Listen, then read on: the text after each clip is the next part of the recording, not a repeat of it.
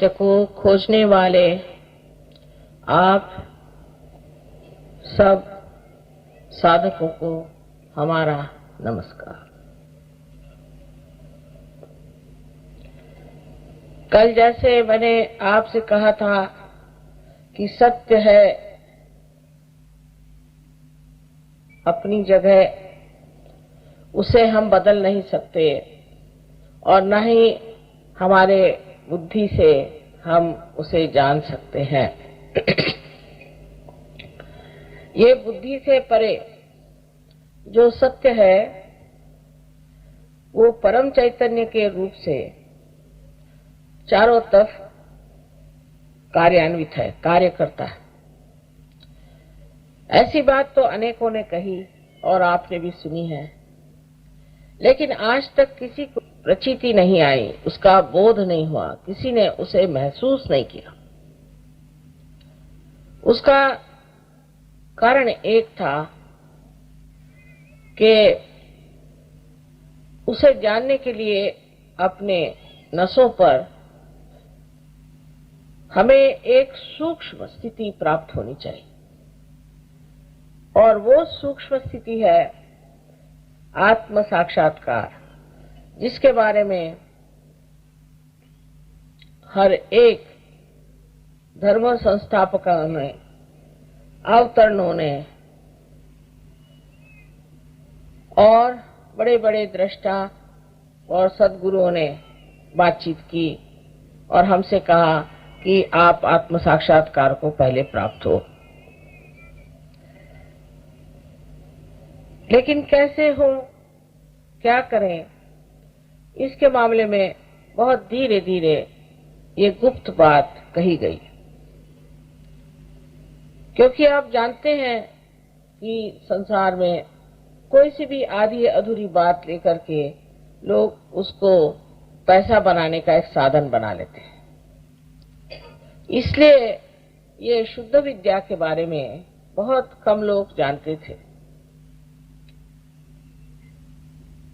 राजा जनक के जमाने में नचिकेता नाम के एक बहुत शंका से भरे हुए विद्यार्थी उनके पास आए और उनको ये समझ में नहीं आ रहा था कि ये राजा है, राजा जैसे रहता है, सब कपड़े वस्त्र अलंकार आदि सब इससे संपूर्ण, ऐसा ये राजा जनक विदेही क्यों कहलाया जाता है और सब इनके चरण धूलि को अपने सर से क्यों लगाते।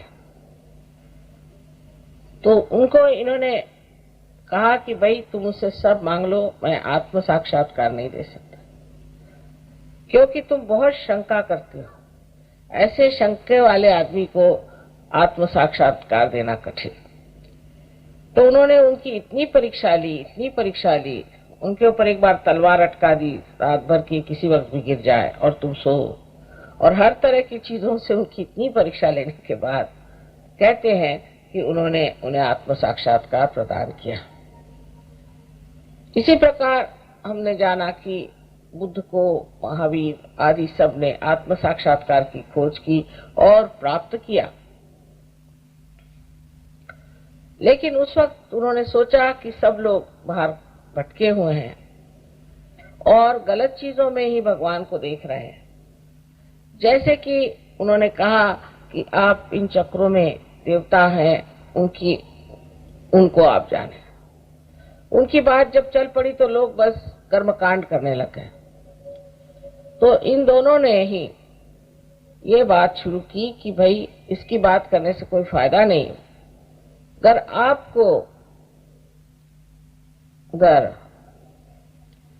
शहद को पाना है तो शहदी की बात करो, फूलों की बात से तो गड़बड़ हो रही। तो उन्होंने कहा कि उस बात को अभी थोड़ी देर के लिए भुला दिया जाए, सिर्फ ये कहें कि आप आत्म साक्षात्कार को प्राप्त। और जब उन्होंने बहुत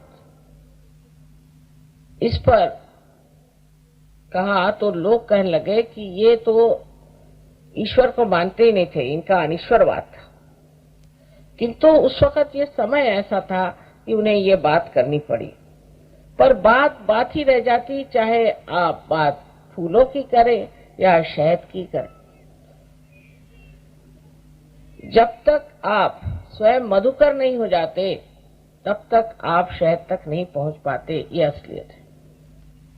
इसलिए आप सबको उस सूक्ष्म दशा में जाना चाहिए जहां पर आप इसका एहसास कर सकते हैं, इसको आप प्रतीत कर सकते हैं कि चारों तरफ आपके जो परम चैतन्य की दुनिया है और ये परम चैतन्य परमात्मा का प्यार चारों तरफ छाया हुआ, अणु रेणु हर जगह। और ये प्यार हमें इसलिए नहीं जान पड़ता क्योंकि हम अंधेरे के जाल में फंसे हुए हैं, या अज्ञान का जाल हमारे अंदर इस तरह से घुस पड़ा है। एक अंधा कुछ देख नहीं सकता, उसी प्रकार हम भी जो सत्य है उसे जान नहीं पाते। अभी तक जो कुछ भी सत्य के बारे में जाना है वो हमारा रिलेटिव सत्य है, माने केवल सत्य नहीं। इसका कारण यह है कि हम उस दशा में नहीं पहुंचे जिसे हम कह सकते हैं कि यही एक सत्य है और सब लोग मिलकर कहेंगे कि यही एक सत्य है। आत्म साक्षात्कार करने के लिए परमात्मा ने हमारे अंदर बहुत सुंदर व्यवस्था की हुई है, जिसे हम कह सकते हैं कि एक कुंडलिनी नाम की शक्ति हमारे अंदर स्थित है। ये त्रिकोणाकार अस्थि में सेक्रम में बैठी हुई 3.5 कुंडलों में है, इसलिए इसको कुंडलिनी कहते हैं। आप चाहे इसे कुछ भी कह दें। और ये परमात्मा का जो विशेष रूप, माने उनकी जो शुद्ध इच्छा है, परमात्मा की जो इच्छा है उसके प्रतीक स्वरूप, माने आदिशक्ति प्रतीक स्वरूप प्रतिबिंबित है। माने यहाँ पर जो आपको ये शक्ति दिखाई देती है ये आपके अंदर भी प्रतिबिंबित है। दूसरे, हमारे हृदय में बसे हुए आत्मा जो है वो भी परमात्मा का प्रतिबिंब है। तो परमात्मा का प्रतिबिंब तो हमारे अंदर आत्मा स्वरूप है, और त्रिकोणाकार अस्थि में जो कुंडलिनी बसी है ये उनकी इच्छा, उसका प्रतिबिंब है। जब ये इच्छा हमारे अंदर से 6 चक्रों को भेदती हुई ब्रह्मरंध्र को भेदती है, माने हमारे सर में जो तालु भाग है उस तालु भाग को जब ये भेदती है, तब ये कह सकते हैं कि इस शक्ति का मिलन आत्मा तत्व से होता है। हालांकि आत्मा आपके हृदय में होता है, किंतु उसका पीठ, उसकी जगह तालु पर होती है। इसलिए जिस वक्त कुंडलिनी आपकी उठ करके इस ब्रह्मरंध्र को भेदती है तो आपको आत्मा का ज्ञान हो जाता है। आत्मा के ज्ञान में एक तो आत्मा का ज्ञान भी होता है, माने आप अपने बारे में जानते हैं कि आप में क्या तकलीफें हैं, आप में क्या दोष है। जैसे कि ईसा ने कहा है कि आपका एक आखिरी न्याय होने वाला है, लास्ट जजमेंट, वो समय आज आया हुआ। इसी को भी आप कह सकते हैं, जैसे मोहम्मद साहब ने कहा है कि कियामा माने आपका रिजरेक्शन, वो भी समय यही। और इस समय आप स्वयं ही अपने को देख सकते हैं कि आपके अंदर क्या खराबी है। अगर किसी आदमी से कहा जाए कि तुम्हारे अंदर बहुत अहंकार है तो आपको मारपीट डालेगा, लेकिन अगर आप उस आदमी की कुंडलिनी जागृत कर दें और उसको वो प्राप्त कर लें तो खुद ही आके मुझसे कहेगा कि माँ मेरा आज्ञा बड़ा पकड़ा है, इसे जरा ठीक कर दीजिए, माने मेरा अहंकार जो है बला बढ़ गया, ऐसे आप कम करें। वो इसी तरह से बात करेगा। यही बात ईसा मसीह के 12 शिष्यों ने कहा था जब उनके अंदर वो कहते हैं कि cool bridge of the Holi ghost उड़े आने लगे। होली घोस्ट माने ही कुंडलिनी है। तो वो जब बातें करने लग गए तो वो चक्रों की बात करने लग गए। तो उन चक्रों की बात को सुन करके दूसरों ने सोचा कि ये क्या पागल हो गए, ये कौन सी भाषा बोल रहे हैं जो हमारे समझ में नहीं आती।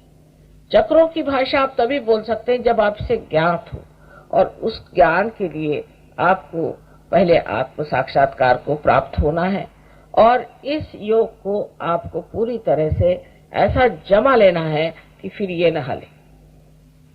इतने स्थिति में चले जाएं जहां ये हिल न पाए, तब कहना चाहिए कि आपने आत्म साक्षात्कार को पूर्णत्व से पा लिया। कल भी बहुत से लोग जैसे कि पार हो गए, कुंडलिनी आ गई, तो बीच में एक ब्रह्मनाड़ी है, उससे बिल्कुल एक जैसे बाल के बराबर उसकी शक्ति ऊपर उठती, क्योंकि बहुत सारे ऐसे तंतु हैं जिससे ये कुंडलिनी बनी है। उसका एक तंतु मात्र इस ब्रह्मनाड़ी से पहले उठता है और ब्रह्मरंध्र को भेदने के बाद वो धीरे धीरे धीरे धीरे सब चीज को और भी ढीला करता है, रिलैक्स करता है। उससे आपके चक्र भी खुलते हैं और कुंडलिनी के सूत्र ऊपर चढ़ते हैं। ये वास्तविकता है। किसी किसी में जो कि बहुत आदमी संतुलन में है, बैलेंस है, एकदम से कुंडलिनी काफी उसके तंतु ऊपर चढ़ जाते हैं और उसका ब्रह्मरंध्र पूरी तरह से खुल जाता है। जो सत्य है और जो वास्तविक है वो आपको सुन लेना चाहिए, और आप माने या न माने उसकी आपको प्रचिति कम से कम देखनी चाहिए।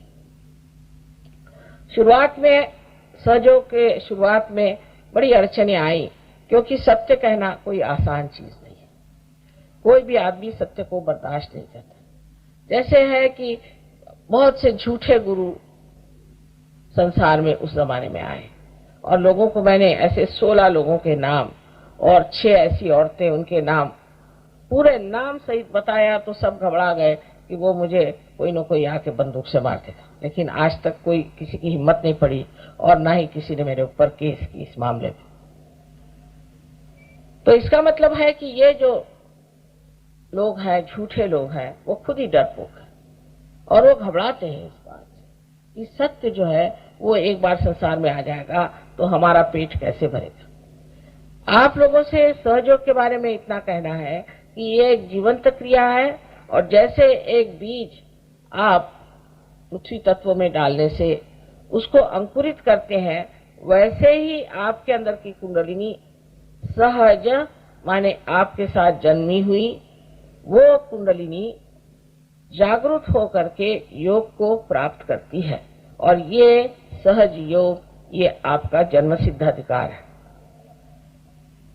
तब फिर आपके अंदर स्वतंत्र आता है।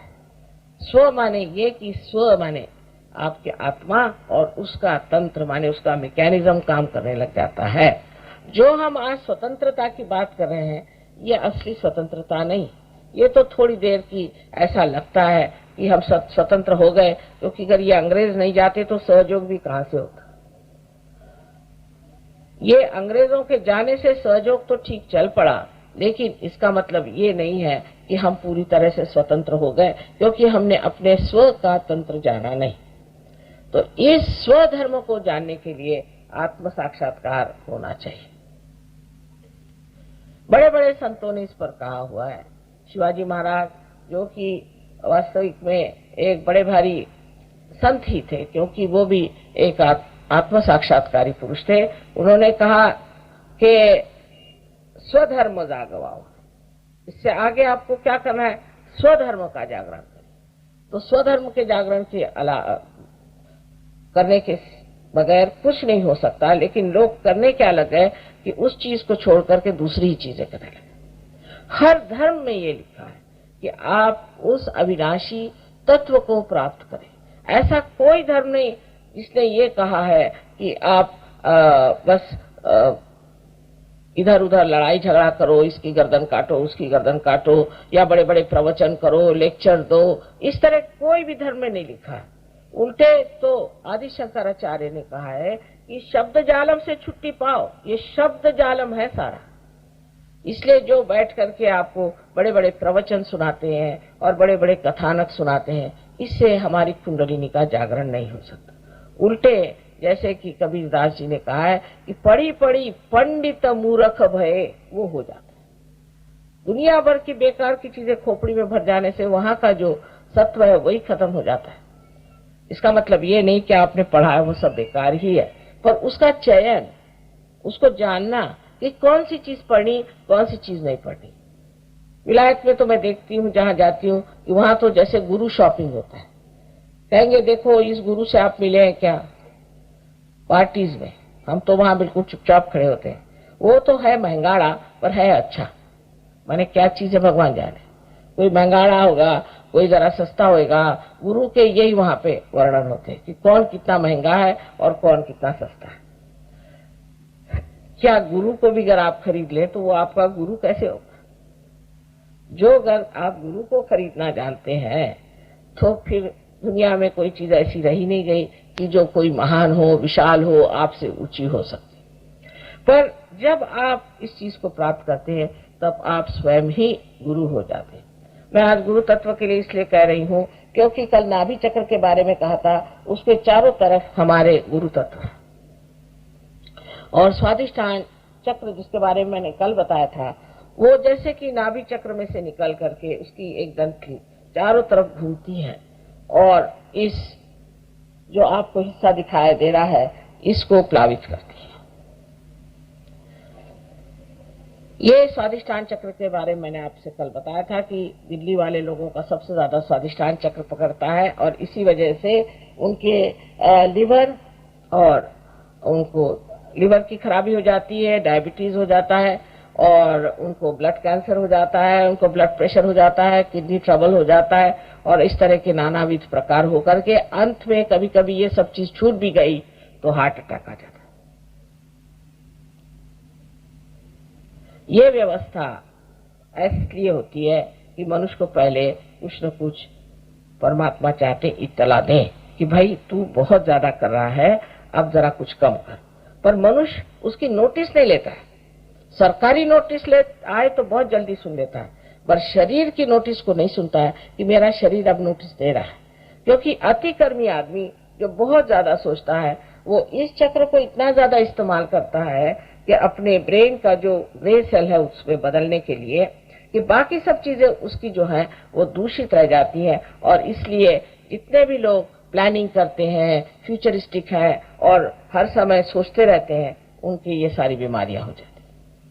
ये मैंने आपसे कल सब बताया था। आज जो है मैं आपको गुरु चक्र के बारे में बताऊंगी कि जो गुरु तत्व हमारे, इसको हम कह सकते हैं कि भवसागर है। इसमें जो गुरु तत्व हमारा खराब हो जाता है तब भी बहुत परेशानियां हो जाती।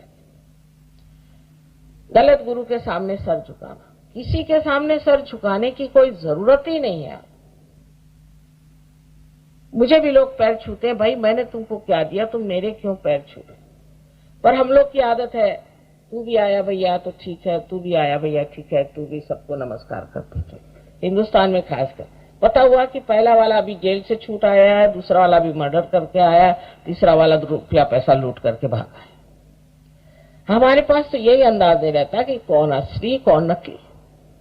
पर गुरु तत्व में एक बात आप गांठ बांध कर रखें, जो आदमी आपसे रुपए पैसे की बात करता है वो आदमी गुरु कहलाने लायक नहीं। इसमें आप देखिए कि 99% लोग आप उसमें से निकाल देंगे। आपको एक भी ऐसा बिरला मिल जाएगा कि जो पैसे की बात शुरू में नहीं करेगा लेकिन बाद में करेगा तो, क्योंकि उनके पास कुछ है ही नहीं देने को। वो तो आपके नोच खसोट में लगे हुए। ये नहीं हुआ तो आपकी बीवी बच्चों में उनको इंटरेस्ट होगा या कुछ ऐसी वैसी चीजें होंगी जिससे आप जान जाएंगे कि ये गुरु नहीं हो सकते। जिस आदमी का चरित्र ही इतना कलंकित है और जिसके मन में कोई भी शुद्ध विचार नहीं, ऐसे गंदे लोग गुरु कैसे हो सकते हैं? ऐसा कहीं शास्त्र में लिखा है। एक और मुझे पता है, गुरु महाराज, उनके सारे शिष्यों को आजकल एपिलेप्सी की बीमारी हो। उनका नाम भी अजीब सा है। वो पूना में थे। वो मैं कहती हूँ कि ब्राह्मणों का कर्दन काल है, क्योंकि सारे ब्राह्मण उनके शिष्य होते। अब सबकी आंखें ऊपर चढ़ जाती हैं, हाथ पैर थरथराते हैं, हालत खराब, और छोटी उम्र में ही वो लोग बुढ़े लगते हैं। उनके शिष्य आए, उन्होंने मुझसे कहा कि आपने करुणोपाय, तरुणोपाय, गरुणोपाय सुना है क्या? मैं कहा नहीं भी, कौन से शास्त्र में लिखा है? पहले हमारे गुरुजी कहते थे। मैंने कहा अच्छा, आपके गुरुजी कहते थे तो वो कोई हवा से लटक पड़े? क्या बात है कि क्या उनके लिए कोई शास्त्र कोई मतलब नहीं? किसी शास्त्र में भी तो ये बात लिखी होनी चाहिए कि ऐसे कोई उपाय होते हैं। ये आपने कहां से ढूंढ निकाले? और उपाय आपने खूब किया है कि सारे लोग जो है उन पे एपिलेप्सी की बीमारी आ गई। तो वो कुछ उनकी समझ में नहीं आया, क्योंकि उनका धंधा था वो, तो वो चले गए, उनकी तो बात दूसरी हुई। लेकिन इस प्रकार के इतने विक्षिप्त लोग गुरु बन गए हैं और लोग जाके उन्हीं के चरण छूते हैं। तो ये जो चरण छूने की जो बीमारी है, पहले आप ये तय कर लें कि हम अगर किसी के चरण नहीं छूते हैं और तब अगर गुरु हमसे खुश है, तब वो असर है। वो आपको अपना गुलाम बना लेगा, कैसी कैसी बातें आपको समझाएगा कि जिससे आपसे वाह वाह वाह वाह क्या बात है। कुछ कहेगा कि तुम्हारे बाप कैसा हुआ, तुम्हारे माँ कैसा हुआ, ये तो कोई भी बता सकता है। इसको मन कवड़ी कहते हैं। ये लोग मन की बात बता सकते हैं। एक तरह के ये भी पिशाच विद्या और गंदी विद्या करते हैं, मैली विद्या, और उससे वो ये सब काम करते हैं। उससे आप लोग अभिभूत हो जाते हैं। लेकिन समझ लीजिए किसी ने आपसे बातें बताई भी, तो उसमें क्या विशेष मिल गया? उससे कोई आपके अंदर परिवर्तन आया, या आपके अंदर आनंद आया, या उससे कोई आपको सुख मिला है? आपको खुद सोचना चाहिए कि इससे कौन सा सुख मिला है। अभी हमारे पास ऐसे बहुत से ये गुरुओं के मार खाए हुए लोग आते हैं, जिनके की घर लूट गए, बच्चे बिगड़ गए, सब दुनिया बर्बाद हो गई। तो सबसे पहले तो आपको देखना चाहिए कि इनके शिष्य कैसे,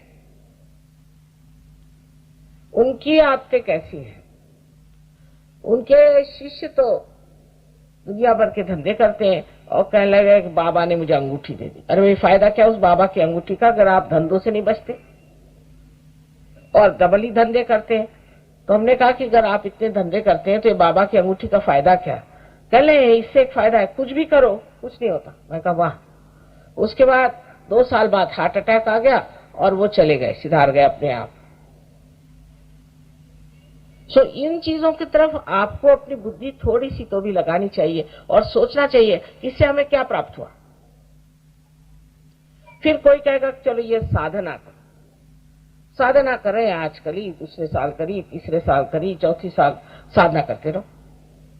उससे फायदा क्या हुआ? आपका क्रोध उससे ठीक नहीं हुआ, आपकी तबीयत उससे ठीक नहीं हुई, उल्टे आप बीमार पड़ गए। तो फिर वो लोग कहते हैं कि देखो भाई, गुरु जो है वो थोड़ा सा आपको आशीर्वाद दे सकता है, पर आपके सारे कर्म तो नहीं खा सकता। तो फिर ऐसे गुरु को पालने की क्या जरूरत है? इस प्रकार आपका गुरु तत्व खराब हो जाता है। और आपको आश्चर्य होगा कि बहुत से कैंसर के पेशेंट्स गुरु तत्व खराब होने से होते। कम से कम जिन कैंसर को मैंने ठीक किया है, उसमें से कम 80% लोग गुरु के ही माताहत पाए। गुरु नहीं तो कोई भूत विद्या, नहीं तो कोई तांत्रिक, नहीं तो कोई इसी तरह का प्रकार। अब ये तो विचक्राफ्ट वगैरह तो अमेरिका में बहुत ही ज्यादा चल पड़ा है। वही लोग कैंसर को पाते, और इस कैंसर को भी ठीक करना बहुत आसान हो जाता है, क्योंकि जब इस भूत विद्या से कोई ऐसा असर आता है, अगर आपको ये मालूम है कि इस आदमी को उस चीज से हटाना कैसे, वो आदमी ठीक हो सकता है। तो कैंसर अगर आपको हुआ है तो सहयोग में आकर के ठीक है, आप ठीक हो जाए, पर आप अभी ठीक हो जाइए जिससे कैंसर ही ना हो आपको, वो बेहतर बात है।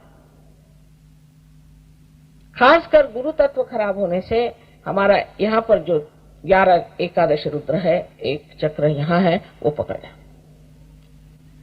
और जब ये पकड़ जाता है तो समझ लेना चाहिए कि कैंसर की शुरुआत होगी। अब आपको मैं बताती हूँ कैंसर कैसे होता है, समझने की बात है। अब आप डॉक्टर हो या न डॉक्टर हो, बहुत आसानी समझ सकते हैं कि हमारे अंदर 2 सिंपैथेटिक नर्वस सिस्टम है, लेफ्ट और राइट, और दोनों कार्यान्वित होती है। एक से लेफ्ट से शक्ति जाती है, एक राइट से शक्ति जाती है। जब हम कोई काम को करना चाहते हैं, जैसे हमें अपने हृदय के ठोके बढ़ाने, तो हम दौड़ेंगे तो सिंपैथेटिक नर्वस सिस्टम से हम कर लेते हैं। पर जिस वक्त वो शांत होता है और अपने नॉर्मल स्थिति में आता है, वो पैरासिम्पैथेटिक से आता है, वो भी चुप। सो क्या होता है कि जब बहुत ज्यादा हम इस्तेमाल करने लगते हैं तो ये टूट जाता है, ये चक्र है बीच में, ये टूट गया तो ये इधर बहने लग गया, और इसको कहते हैं कि अपने आप ही चलने लग गया, क्योंकि इसका संबंध जिससे कंट्रोल करने का है, वो ब्रेन जो है उससे संबंध ही टूट गया इस चक्र का। अब आपको तकलीफ होने लग गई कैंसर की, कैसे कि ये ऐसी आपकी, अभी इसको कहते हैं वल्नरेबल, माने इस वक्त आपकी तैयारी है कि आप कैंसर पालें। कोई अतिकर्मी आदमी हो उसे कैंसर हो सकता है, कोई भी एक आदत का आदमी हो उसे कैंसर हो सकता है, कोई सी भी चीज से आप रगड़ खाते हो उसे कैंसर हो सकता है, वल्नरेबल है। पर फिर लेफ्ट साइड से यही जो मैंने आपसे कहा था कि अपने अंदर जो कुछ मरा हुआ है, जो भूतकाल में हुआ है, शुरू से अनादिकाल से, जब से ये सृष्टि बनी तब से हमारे अंदर लेफ्ट साइड में है, उसमें से अगर कोई चीज अंदर घुस आए तो वही कहते हैं कि शुरुआत करता है, ट्रिगर करता है। उसको डॉक्टर लोग प्रोटीन 53 या प्रोटीन 58 कुछ भी नाम दीजिए, नाम बस दे देते हैं। अब ये हमारे हिंदुस्तान में तो गुरुओं की बीमारी, लोगों हर गांव में जाओ तो वहां ये गुरु है तो वो गुरु, फिर काशी के गंडे दोरे तावीज ये सब चलते हैं, हाथ में माला दे देंगे, आप रटते बैठे रहिए। इसको रटने से विशुद्धि चक्र में माने आपके थ्रोट में हो सकता है। फिर मंत्र दे देते हैं, मंत्र देने से भी आपको कैंसर हो सकता है। जिस चीज का आपको मंत्र देंगे, समझ लीजिए आपको विशुद्धि चक्र का दिया या नाभि का मंत्र दे दिया, समझ लीजिए, और आपका विशुद्धि चक्र खराब है तो क्या फायदा नाभि के चक्र से। और दूसरी बात ऐसी भी है कि अब शिव जी का मंत्र दे दिया किसी, शिव तो हृदय में रहते हैं लेकिन आपका संबंध नहीं है और आप शिव शिव शिव शिव कहने लगे, तो जैसे कि कोई समझ लीजिए यहाँ पर प्राइम मिनिस्टर साहब हैं तो आप जाकर के और उनके नाम से पुकारना शुरू कर दें तो पुलिस आपको पकड़ लेती है। ऐसे ही शिव स्वयं ही नाराज हो जाते हैं आपसे, क्या वो आपकी जेब में बैठे हैं, हर समय उनको परेशान करते रहते हो, तो आपका हृदय पकड़ जाएगा और सारे शिव भक्तों को हार्ट अटैक आता है। उसी तरह इस गुरु तत्व को जो लोग महाराष्ट्र में बहुत है, यहाँ जरा कम है गुरु तत्व, उसको जब वो गुरु महिमा पढ़ते हैं, गुरु का ये पढ़ते हैं, वो करते हैं, तो आप पहचान लेंगे कि इनको पेट की तकलीफ है। आप कहिए आप गुरु को मानते हैं, हाँ। आप दत्तात्रेय को मानते हैं, हाँ। आपको पेट की तकलीफ है, हाँ। जिस चीज पे आप इस तरह से लग जाते हैं उसी की आपको तकलीफ हो जाती है। अब हनुमान जी का यहाँ बड़ा जोर है, वो भी अच्छी बात है, पर हनुमान जी कोई आसान नहीं। हनुमान जी से तो अभी योग घटित हुआ नहीं आपका, और हनुमान जी का चालीसा पढ़ने से आपका राइट हार्ट पकड़ जाता है। श्री राम और सीता, हनुमान जी किसी का भी नाम लेने से राइट हार्ट पकड़ जाता है और उसकी वजह से आपको अस्थमा होता है। अस्थमा हो ही जाएगा, ये मैं आपको बता, आप छूट नहीं सकते क्योंकि आपका राइट हार्ट पकड़ गया। फिर इसी प्रकार की बहुत सी चीजें हैं जिसको आप रटते रहते हैं, पर इसमें एक और चक्र पकड़ता है, वो है लेफ्ट विशुद्धि, क्योंकि मंत्र के कहने से जबकि आपका कनेक्शन नहीं है तो लेफ्ट विशुद्धि भी पकड़ती। इसका साधारण एक उदाहरण ये बताया कि जब तक आपके फोन का अगर कनेक्शन नहीं हुआ और आप फोन ही घुमाते रहे तो फोन खराब हो जाता है। उसका कनेक्शन होना बहुत जरूरी है, और जब तक ये कनेक्शन नहीं होता है, अगर आप ऐसा ही द्राविड़ी प्राणायाम करते रहें तो आप इंसान है, इतने नजाकत से और इतने प्रेम से परमात्मा ने आपको संवारा है, बनाया है, वो नाजुक चीज है, उसे आप क्यों रगड़ रहे हैं। फिर बहुत से गुरुओं का ये भी है कि तुम सोमवार करो, मंगल करो, बुध करो, गुरुवार, शुक्रवार, शनिवार सब का, और रविवार को सारा पैसा लाके मुझे दे दो। खूब अच्छे से उपास करो भाई। ऐसे परमात्मा कैसे कह सकते हैं कि आप अपनी अगर माँ से नाराज हो तो कहते आज मैं खाना नहीं खाऊंगा, हो गया, सारा घर खराब हो जाता। ये तो परमात्मा को नाराज करने का तरीका है कि मैं ये खाना नहीं खाऊंगा, मैं ये नहीं करूंगा, मेरा आज उपवास है। और उसमें भी उल्टापना बहुत, यानी अंधश्रद्धा की हद है। उल्टापना ऐसा है कि जिस दिन जन्म होता है भगवान का उसी दिन उपवास करो, माने उस दिन कोई सूतक है क्या, उस दिन कोई मर गया। आपके घर में बच्चा पैदा होते तो आप लड्डू बांटते, और जब भगवान पैदा होते तो आप भूखे मरते हो। इसका कोई कारण होना चाहिए ना। ये किसने पढ़ाया है पता नहीं, एक एक चीजें ऐसी दिखाई देती है कि समझ में नहीं आता कि एक तो ऐसे ही अज्ञान और ऊपर से इस तरह का अज्ञान, उससे कितनी बीमारियां हो जाती। एक महाशय थे, वो सहयोगी थे, हमारे पास आए तो हमारा प्रसाद तो चना है, तो उनको चना दिया गया। तो इधर उधर देखने लग गए। हमने कहा क्यों भाई, क्या बात? कहले आज संकष्टी है तो आज हम चना नहीं खाएंगे, आज उपवास है। अरे मैंने कहा आप इतने बड़े गणपति भक्त हैं, आज वो संकष्टी जो कि उनका जन्म दिवस माना जाता है, उस दिन आप कुछ खाएंगे नहीं? ये किसने बताया आपसे? नहीं, कल ऐसे ही हम। तो मैंने कहा आप आए किस सिलसिले में? कहना हमें प्रोस्टेट ग्लैंड की तकलीफ। मैंने कहा होगी ही, क्योंकि प्रोस्टेट ग्लैंड तो श्री गणेश ही आपके संभालते हैं, तो आपको और क्या होने वाला है, प्रोस्टेट ग्लैंड तो हो ही गए। पर मैंने कहा कि अब आप चना खाइए। आपको आश्चर्य होगा, उन्होंने चना खाया और मैंने कहा मैंने उपवास छोड़ दिया, गणेश जी मुझे क्षमा कर दो, अब आप जिस दिन पैदा होंगे उस दिन मैं मोदक खाऊंगा। वापस गए, प्रोस्टेट ही ठीक हो गया। एक छोटी छोटी बातों में हमने गलतियां करी, बड़ी छोटी छोटी बातों में। फिर हमारे ये दर्द होता है, कभी वो तकलीफ होती है, ये सब छोटी छोटी बातों में हम गलती करते गए। जिसने जो कहा वो कर लिया। हम लोग इस कदर निंदे लोग हैं, इस कदर हमारे अंदर अभी गुलामी का इतना बीज है कि कोई कुछ भी कह दे वो करने लगते। कहने लगे कि साहब आज अब हमने हरा धनिया खाना छोड़ दिया। हमने कहा क्यों भाई, हरा धनिया क्यों? क्योंकि हमारी जीजी नहीं खाती है, तो हमने सोचा हम भी नहीं खाए। हमने कहा भाई वो नहीं खाती, वो कल अकल वाली जो आप ही अकल का काम करें, आपको छोड़ना है तो कद्दू वद्दू छोड़ दो, पर ये हरा धनिया क्यों छोड़ते हैं? सारा जायका खाने का चला जाए। इस तरह के पागलपन के हमारे अंदर आहार और इस तरह के विचार हमारे अंदर बहुत सारे भरे हैं। नहीं खाएं, रोजा रखेंगे, 40 दिन का रोजा रखेंगे और पूरे समय तो खाने पीने की बात सोचते रहे। क्या फायदा ऐसे रोजे रखने से, उपवास करने से? एक पर्युवेशन है, तरह तरह की चीजें हमारे अंदर इससे आ गई। धर्म का तत्व किसी भी धर्म में मुझे लगता है कि जैसे एकदम पूरी तरह से ढक सा है।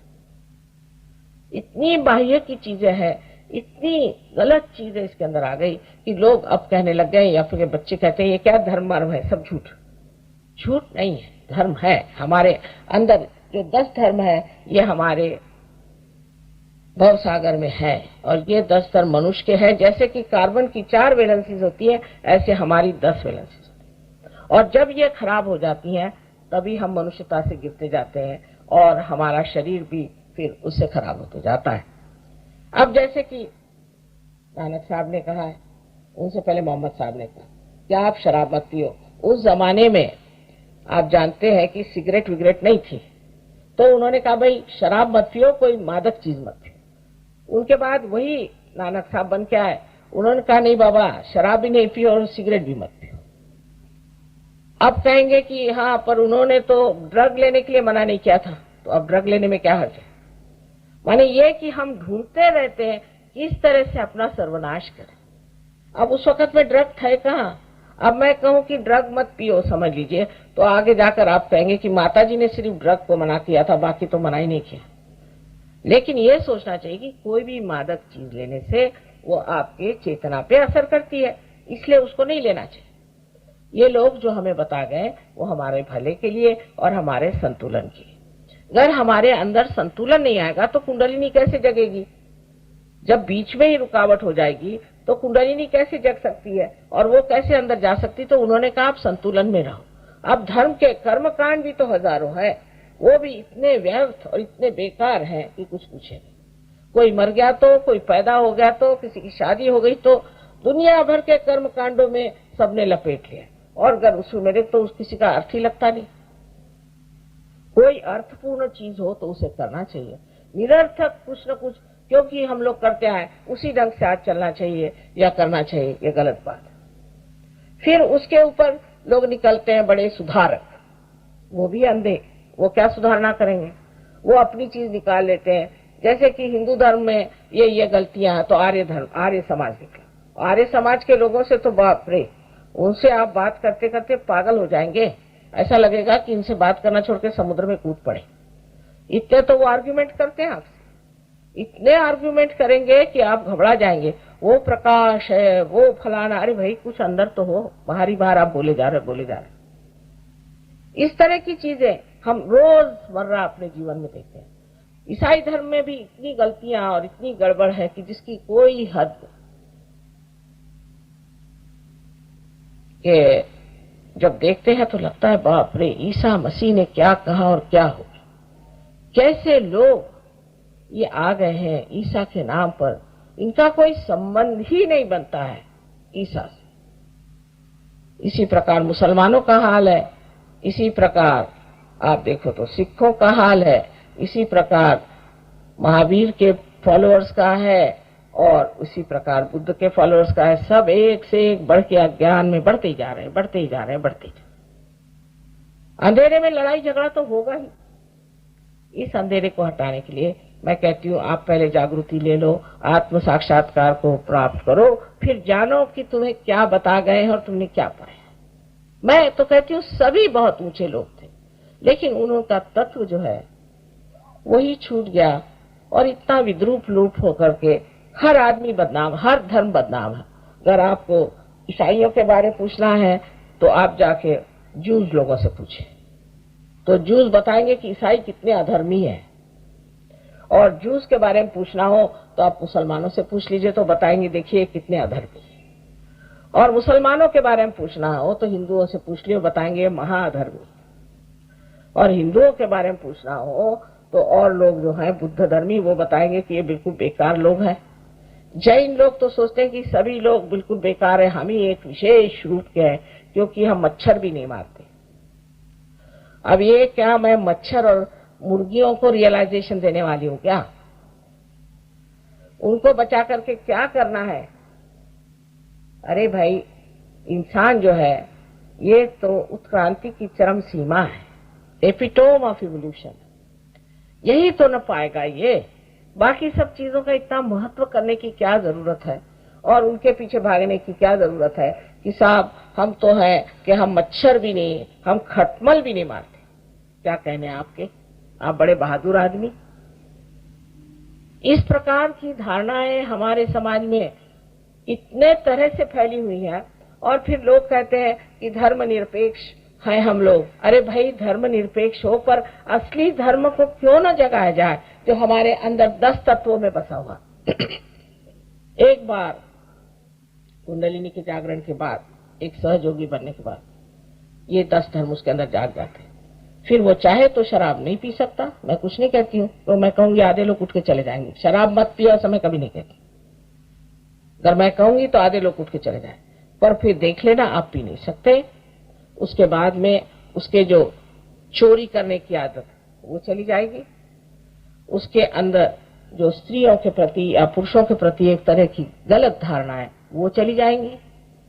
इस तरह से ये जो 10 हैं एक आनंद में मनुष्य आ जाएगा और एक समाधान में आ जाएगा और ये जो अपने अंदर 10 गुण है वो जागृत हो जाएगा। इसलिए मैं कहती हूँ कि किसी गुरु के पास जाने के से पहले उनके शिष्यों को देखो, उनके शिष्य कैसे हैं। लेकिन अगर आपके दिमाग में अभी भी ऐसे ही गुरु बसे हैं जो बकवास करते रहते हैं सुबह से शाम तक, ये बोल वो बोल, ऐसे भी गुरु हैं जो कहते हैं कि दुनिया में कोई सत्य है ही नहीं और कोई सच्चा गुरु है ही नहीं, क्योंकि ये नहीं है तो ये सोचते कोई हो ही नहीं सकता। और उनको ही लोग बहुत मान करके इतनी गलत रास्ते पर चल पड़े। जब असत्य होता है तो उसका सत्य भी होना ही चाहिए, नहीं तो मनुष्य एकदम आज कहां से कहां पहुंच जाता और खत्म हो जाता। उस सत्य को मानने के लिए पहले अपने अंदर धर्म जागरण होनी चाहिए और वो कुंडलिनी के जागरण से हमारे अंदर हो जाते हैं। धीरे धीरे कुंडलिनी अपना पूरा प्रकाश अपने धर्म स्थानों पर दे देती है और मनुष्य असल माने में धार्मिक होता है, नकली माने में नहीं।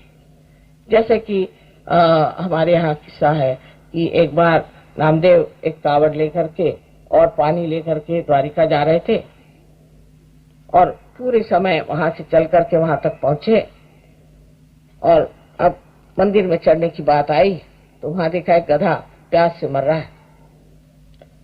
तो उन्होंने अपने कावड़ का सारा पानी उसी को दे दिया। तो उनका क्या कर रहे हो, तुम तो भगवान को चढ़ाने आए थे। मैंने कहा कहने मैंने भगवान ही को चढ़ा, अब वहीं से लौट पड़े।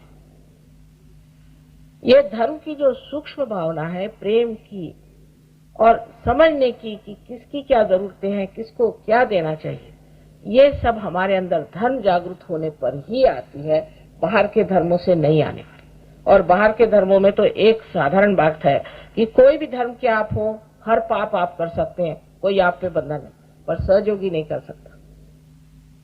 और अगर करता है तो उसके सब चैतन्य एकदम गायब हो जाएगा हाथ से, उसका आनंद ही छूट जाएगा, वो कर ही नहीं सकता, गलत काम कर ही नहीं सकता, वो किसी को मर्डर कर नहीं सकता, न ही वो किसी को दुख दे सकता है। हाँ, वो आपसे ये जरूर स्पष्ट कहेगा कि आप में तकलीफ है, इसे ठीक कर लीजिए। उसे आप चाहे दुख समझे चाहे कुछ समझे, पर ये तो कोई बताने वाला चाहिए। आज सहयोग इतने जोर से दुनिया में फैला है, 30 देशों में ये सहयोग चल पड़ा। आज भारतवर्ष में भी मैं कहती हूँ महाराष्ट्र में सहयोग बहुत जोर से फैला है, और हो सकता है कि उत्तर प्रदेश में भी और आपके दिल्ली में इधर भी सब दूर सहयोग बहुत जोरों में फैल जाएगा। लेकिन बहुत ज्यादा फैलना ये सहयोग का कर्तव्य नहीं, ठोस लोगों को तैयार करना ही सहयोग का कर्तव्य है।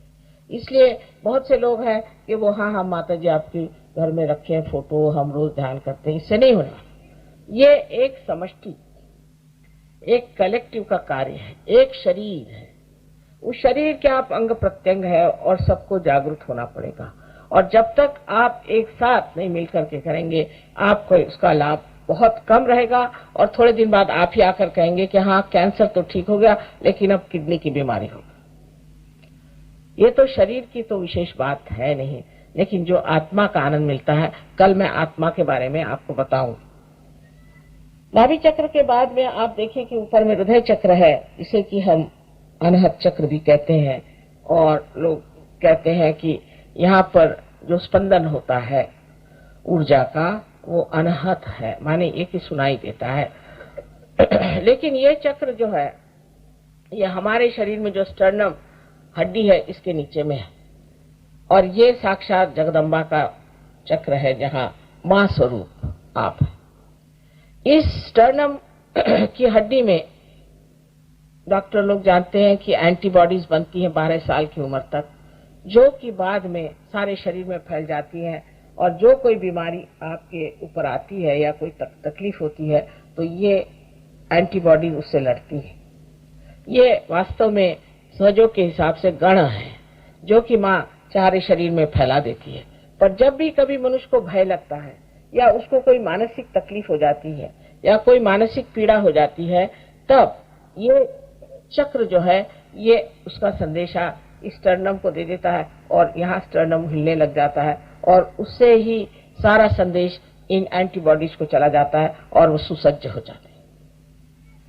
अब जैसे ब्रेस्ट कैंसर की बीमारी बहुत कॉमन है, इसलिए औरतों को होती है कि उनका मातृत्व जो है वो धोखे में है। एक आदमी है, वो बीवी की परवाह नहीं करता और इधर उधर आवारा टाइप का है, इधर उधर घूमता है, दूसरी औरतों के पीछे लगा हुआ है।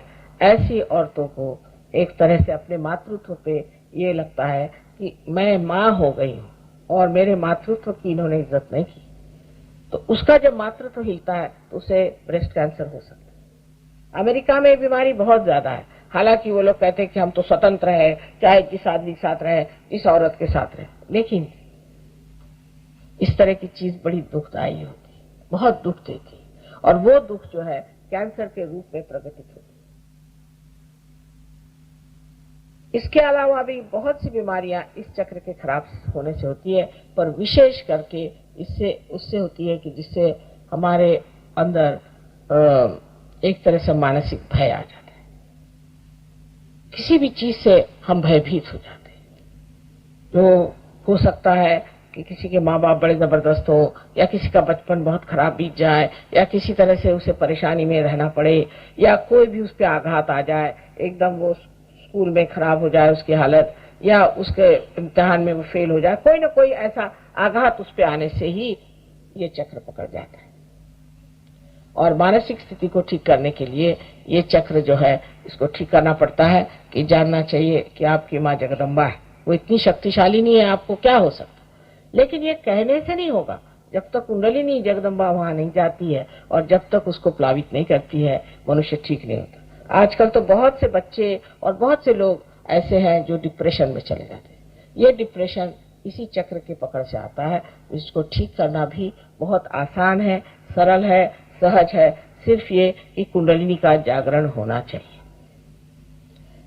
उसके बाद का जो चक्र है, विशुद्धि का चक्र है, ये बहुत बहुत ही महत्वपूर्ण है, क्योंकि इसकी 16 पंखुड़ियां हैं और ये सारे आंख, नाक, मुंह, जीभ सब जो कुछ भी है उसको चालित करती है, कंठ को भी चालित करती है। इस चक्र को बहुत से लोग इसलिए भी खराब कर देते हैं, जैसे स्मोकिंग से या ज्यादा बोलने से, कोई लोग कम बोलने से, मौन रहने से, ऐसे अनेक चीजों से चक्र खराब हो जाता है। पर सबसे ज्यादा ये मंत्र बोलने से, गलत मंत्र बोलने से बहुत ज्यादा ये खराब हो जाता है। उसकी वजह से लेफ्ट साइड जब पकड़ जाती है तो यहाँ का ये, आप जब ये सोचते हैं कि मैं बहुत दोषी हूँ, मैंने गलती की, मैंने वो गलती की, तब ये चक्र पकड़ते हैं। जब ये चक्र आप पकड़ते हैं तो इससे अंजाइना की बीमारी हो सकती है आपको, और भी अनेक बीमारियां हैं जो कि इस चक्र से, जैसे स्पॉन्डिलाइटिस वगैरह इस चक्र से। राइट साइड के चक्र से आपको जुकाम हमेशा रहेगा, आपको तकलीफ रहेगी, आपका आवाज जो है वो बुढ़ाई जाएगा जल्दी, और बोलते वक्त में आप ठीक से बोल नहीं पाएंगे। कोई लोग तो एकदम कुछ दिनों बाद एकदम मौन ही ले लेते हैं, इतना ज्यादा ये चक्र खराब हो जाता है। लेकिन इसके आगे की दिशा ये है कि अगर आप एक ही मंत्र को बहुत बोलते रहें, जैसे हरे रामा हरे कृष्णा, इन लोगों को यहाँ का थ्रोट का कैंसर हो जाता है।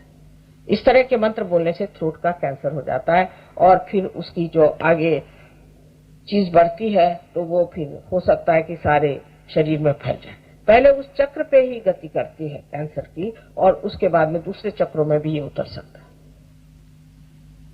अब ये विशुद्धि चक्र जो है ये वैसे तो बहुत जरूरी है, क्योंकि इसी से हमारे हाथों का संबंध है, और इन्हीं हाथों में आप इसका एहसास करते हैं कि हमारे चारों तरफ परम चैतन्य फैला हुआ, इसका आप एहसास कर सकते हैं, इसको जान सकते हैं। लेकिन जब ये विशुद्धि चक्र आपका खराब होता है तो हालांकि आप कहते हैं माँ हमको तो बड़ा अच्छा लगा, हम बहुत रिलैक्स्ड हो गए, आराम मिला, ये हाथ में नहीं महसूस होता।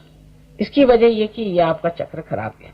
इसका मतलब ये नहीं कि आप उसकी वजह से और भी गिल्टी फील करें और भी बुरा समझें, इसका मतलब ये कि उसे ठीक कर लेना चाहिए। जो भी दोष है उसे आप ठीक कर लीजिए। बहुत अहंकारी मनुष्य का भी राइट साइड पकड़ जाता है, जो बहुत वल्गना करता है, मैं ऐसा हूं, मैंने ये किया, ऐसे मतलब हवाई घोड़े पे जो बैठे होते हैं उनका भी ये चक्र पकड़ जाता है, और उसके भी अनेक विध तकलीफ और परेशानियां उसके सामने आ जाती है। इस चक्र के बाद आज्ञा चक्र है, ये भी बड़ा महत्वपूर्ण है, और खासकर दिल्ली वालों के लिए, क्योंकि यहाँ लोग सोचते बहुत है, सोचते ही रहते हैं, पता नहीं क्या सोचते, पागल जैसे सोचते रहते हैं। अब उस सोचने से ये चक्र बहुत चलने लग जाता है। इस चक्र में यही सोचा जाता है ज्यादातर, इसने मुझे ये कहा मैं इसको ऐसा ठीक कर दूंगा, उसने मुझे ये करा मैं उसको ठीक कर दूंगा। अरे भाई, मनुष्य का तो ये स्वभाव ही है कि किसी की तारीफ न करो, किसी की तारीफ। मुझे भी लोग गालियां बकते, आपको आश्चर्य होगा कि मुझे भी गाली बकने वाले दुनिया में लोग हैं। तो जिसकी आदत पड़ गई गाली बकने की, वो तो हर एक चीज को गाली बकेगा, और अगर उसको कुछ नहीं मिला तो एक लैंप पोस्ट को भी जाके गाली बक देगा। वो तो आदत है, उसको क्यों इतना बुरा मानना, और उसके लिए इतना क्यों फील करना कि उसको मैं ऐसे ठीक करूंगा, मैं वैसे ठीक करूंगा, मैं उसको माफ नहीं कर सकता। आप नहीं कर सकते तो आप ही की खोपड़ी खराब जा रही। तो ये जो चक्र है ये बहुत महत्वपूर्ण है, क्योंकि जब ये जागृत हो जाता है तो हमारे अंदर बसा हुआ ईगो और सुपर ईगो, इस तरह की जो दो चीजें हैं, माने मन और अहंकार, ये दोनों ही चीजें अंदर से एकदम खिंच आती, जिससे कि आपके कर्म जिसे कहते हैं, आपके कुसंस्कार सब खिंच आने से, और ये ब्रह्मरंध्र जो है खुल जाता है। उसके ऊपर जो गोल सी जगह बनी हुई है, इसी को लिम्बिक एरिया कहते हैं। ये लिम्बिक एरिया है जो खुली हुई जगह है, और ये बहुत महत्वपूर्ण है। जब ये लिम्बिक एरिया आपकी खराब हो जाती है तब आपको आनंद मिलना तो असंभव, लेकिन कोई आनंद की लहर भी नहीं आती। अब जब आप ये सब मॉडर्न म्यूजिक सुनते हैं, अब ये पता लगाया गया है, ये जो मॉडर्न म्यूजिक है इससे आपकी लिम्बिक एरिया जो है वो बिल्कुल संवेदनशील नम हो जाती है। तो पहले तो शुरुआत में जो ये म्यूजिक शुरू हुआ था तो सर्वसाधारण तरीके से सुन सकता था। अब तो ऐसा है कि आपके कान फट जाएं और ऐसा लगता है कि सर फट जाएगा। इस तरह का जबरदस्त म्यूजिक जब तक नहीं होगा तब तक समझ में नहीं आ सकता। और पहले जमाने का जो क्लासिकल इनका म्यूजिक था वो तो अब लोग सुनते ही नहीं, क्योंकि उनकी समझ ही नहीं आता है, उससे कोई संवेदन नहीं होता। और अपना जो क्लासिकल म्यूजिक है जो कि बहुत ही संवेदनशील है, उसके लिए तो संवेदना ही नहीं रही तो उनको क्या समझ में आए। फिर इसके बाद में आप ड्रग्स लें, शराब लें या कोई इस तरह की नशीली चीजें लें। ड्रग्स तो ये जो चीज है एकदम ही नम हो जाती है, उसमें कोई भी चीज महसूस ही नहीं हो सकती। तो धीरे धीरे ऐसे लोग, ड्रग वालों को तो चाहिए कि उनके ऊपर चिल्लाए और एक तरह का पागलपन आ जाता है। अब आप लोग अंग्रेजों को बहुत ऊंचे आदमी समझते हैं, लेकिन हमारा तो अनुभव और ही है कि जैसे कैम्ब्रिज के पढ़े हुए बड़े भारी कोई साहब है और ड्रग वग ले करके तैयार बिल्कुल हमारे लिए। तो उनसे पूछा, भाई आपका क्या नाम? आपने पूछा मेरा क्या नाम? हाँ, मैंने पूछा आपका क्या नाम? आपने क्या पूछा कि मेरा क्या नाम है? मैंने कहा जी जनाब, आपका नाम क्या है? अच्छा, तो मेरा नाम क्या है? अब सोच रहे हैं, उनको अपना नाम भी याद नहीं। मैंने कहा माफ करिए, फिर से कैम्ब्रिज में चले गए। पर उसके बाद जागृति के आने के बाद सारा उनका जो एजुकेशन है वापस आ जाता है और वो आदमी बढ़िया हो जाता है। ये ड्रग लेने से मनुष्य कितना महामूर्ख हो जाता है, ये अगर देखना आपको हो तो आप कभी इंग्लैंड आइए तो मैं आपको दिखाऊं, और यहाँ 2-4 लाकर दिखाने से लोगों को पता हो जाएगा कि मनुष्य कितना महामूर्ख हो जाता है। फिर आपके बच्चे जो ये लेते हैं उनकी मृत्यु भी बड़ी जल्दी हो जाती है। जैसे कोकेन लेने से मनुष्य आधी जिंदगी जीता है और आधी जिंदगी तड़पता है और उसके बाद वो खत्म ही हो जाता है। इसलिए ड्रग बुरी चीज है। लेकिन ड्रग को तो इतना बुरा कहते हैं पर शराब को नहीं कहते, क्योंकि इतने सालों से वहां शराब चल पड़ी है। हर गांव में जाइए तो जो पब होएगा, सबसे बढ़िया जो घर होगा पब होएगा और उसमें किसी राजा का या रानी का नाम होगा। अपने यहाँ कोई राजा रानी का नाम रखे तो लोग उस पर डेफेमेशन केस कर दे। पर इस तरह की वहां पे चीज चल पड़ी थी, उसकी वजह से शराब और ड्रग्स से इन देशों का सर्वनाश हुआ जा रहा। और फिर अपनी स्वतंत्रता में इन्होंने कोई भी बंधन न रखने से इनका ऐसा ही सर्वनाश हो जा रहा है। अब आपको उस रास्ते पे जाना है या परमात्मा के रास्ते पे जाना है, या आप समझ लीजिए, पहले सोच लीजिए कि ये लोग कहाँ जा रहे हैं और हमें कहाँ जाना है। ये अगर गड्ढे में गिर रहे हैं तो आपको भी गड्ढे में गिरना है तो गिर जाइए। हालांकि उसमें से भी बहुत से लोग सहयोग में आ गए, लेकिन जब गड्ढे में गिर के आते हैं तो ऐसे बढ़िया वो लोग हैं कि आप देख के हैरान हो जाएंगे कि उनको कितनी श्रद्धा और कितना विचार है। और वो श्रद्धा अंधी नहीं, जानी हुई श्रद्धा, और उसके सहयोग के लिए प्राण देने को तैयार है। तो इसी प्रकार जब आप ऊपर देखते हैं तो सबसे आखिरी जो चक्र है उसे सहस्त्रार कहते हैं। ये सहस्त्रार हमारे लिम्बिक एरिया के चारों तरफ जो हमारी नसें हैं 1000 वो नसें, जिस वक्त कुंडलिनी अंदर जाकर के उसको प्रज्वलित करती है तो अंदर ये नसें ऐसी दिखाई देती हैं जैसे कि कोई प्रज्वलित बहुत सुंदर शांत ऐसी शिखाएं हो, जैसे कि उसको आप कह सकते हैं कि जैसी लौ, अलग अलग लौ और अनेक रंगों से भरी हुई इतनी सुंदर दिखाई देती है। यही इसके लिए ही कहा गया है, बाइबल में कहा गया कि I will appear before you like tongues of flames. यही सहस्त्रार है। इस सहस्त्रार के जगने के बाद आप देखते हैं कि आपके आनंद की अनुभूति आने लग जाती है। फिर ब्रह्मरंध्र खुलने के बाद आप देखते हैं कि पूरी तरह से आप रिलैक्स हो जाते हैं और पूरी समय आपका संबंध उस अनंत जीवन से हो जाता है, उस परम चैतन्य से हो जाता है जो पूरी समय आपके अंदर बहते रहता है। आप कुछ भी करिए, कोई भी काम करिए, इतना भी आप जागरण करें, इतनी भी मेहनत करें, कितने भी आप कुछ भी करें, आप थकान नहीं आती आपको, आप करते ही रहते हैं और उसी आनंद में रहते हैं। ऐसा आदमी एक विशेष रूप का आदमी हो जाता है। पर ये सब करके भी एक और बड़ी भारी बात है कि आप परमात्मा के साम्राज्य में जाते हैं। परमात्मा के साम्राज्य में जाते हैं, वहां इस कदर एफिशिएंसी है, अपने टेलीफोन जैसा मामला नहीं। एक बार परमात्मा को याद करने से ही काम हो जाता है। आपको आश्चर्य होगा कि ये सामने कैसे खड़े? अरे भाई, मैं तो सोच रहा था इनको कहां से ढूंढ के लाऊं, ये तो सामने खड़े। कोई चीज आपको चाहिए, वो सामने आके खड़ी हो जाए। ऐसे प्रश्न जो है छूटते ही जाते हैं, छूटते ही जाते हैं, और आपको लगता है कि क्या मैं तो कुछ कर ही नहीं रहा हूं। हमारे यहाँ ऐसे भी बच्चे आए हैं कि जो क्लास में बिल्कुल फेल होते थे और उनके माँ बाप लेके आए, आज वो फर्स्ट आ रहे हैं, उनको स्कॉलरशिप मिल रही है। जो कोई आपको स्कॉलरशिप वाला मिलेगा अधिकतर वो सहयोगी होगा। सारे इम्तिहानों में फर्स्ट आ रहे हैं। भाई हुआ कैसे पता नहीं। अभी एक लड़का 25 साल में चार्टर्ड अकाउंटेंट हो गया। मैंने कहा कैसे हो? कल सहज हो? तो हुआ कैसे तुम? भाई 25 साल में तो कोई होता ही नहीं। वो कहने पता नहीं माँ मैं कैसे हो गया, मुझे पता ही नहीं, मैं हो गया चार्टर्ड अकाउंटेंट। इस प्रकार इसके इतने डायमेंशंस है, इतने आयाम है, इतने आशीर्वाद है कि उस आशीर्वाद को पहली मर्तबा आप जानते हैं कि ये आशीर्वाद है। हर तरह के प्रश्न आपके जो है वो डूब जाते हैं कहीं और आप अपने मस्ती में रहते हैं, आनंद में रहते हैं। आशा है आज भी आप सब लोग इसे प्राप्त करेंगे और उसे पूरी तरह से जोड़ लेंगे।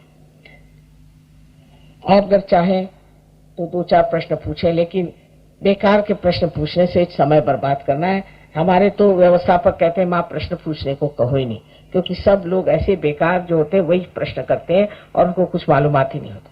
तो कोई ऐसा प्रश्न हो जो आपको पूछना हो तो पूछ ले, और नहीं तो आपने आज कोई भी प्रश्न मुझे लिख करके दिया नहीं। मैंने कहा था कि आप मुझे लिख करके प्रश्न दें तो मैं वो जवाब दे दूंगी, तो आज कोई भी प्रश्न दिया इसका मतलब आपको कोई प्रश्न है ही नहीं। पर अगर हो तो पूछ लीजिए, एक आध प्रश्न पूछ लीजिए।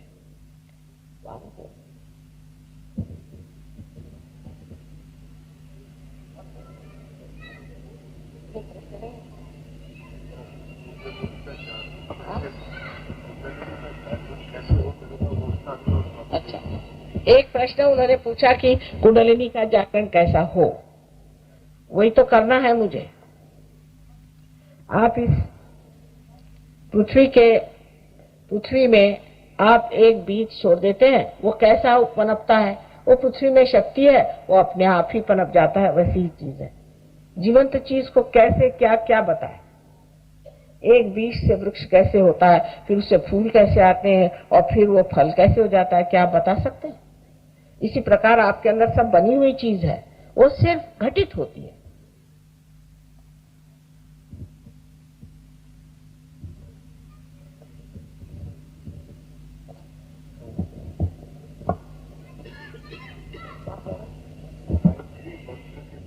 अब गायत्री मंत्र जो है वो उन लोगों को कहना चाहिए, कल मैं इस पर बताऊंगी विशद रूप से, जो कि लेफ्ट साइडेड है। माने जो बिंधे हैं, जो डरते हैं हमेशा, जिनसे कुछ काम नहीं होता, जो हमेशा दूसरों से भयभीत रहते हैं, ऐसे लोगों को गायत्री मंत्र कहना चाहिए।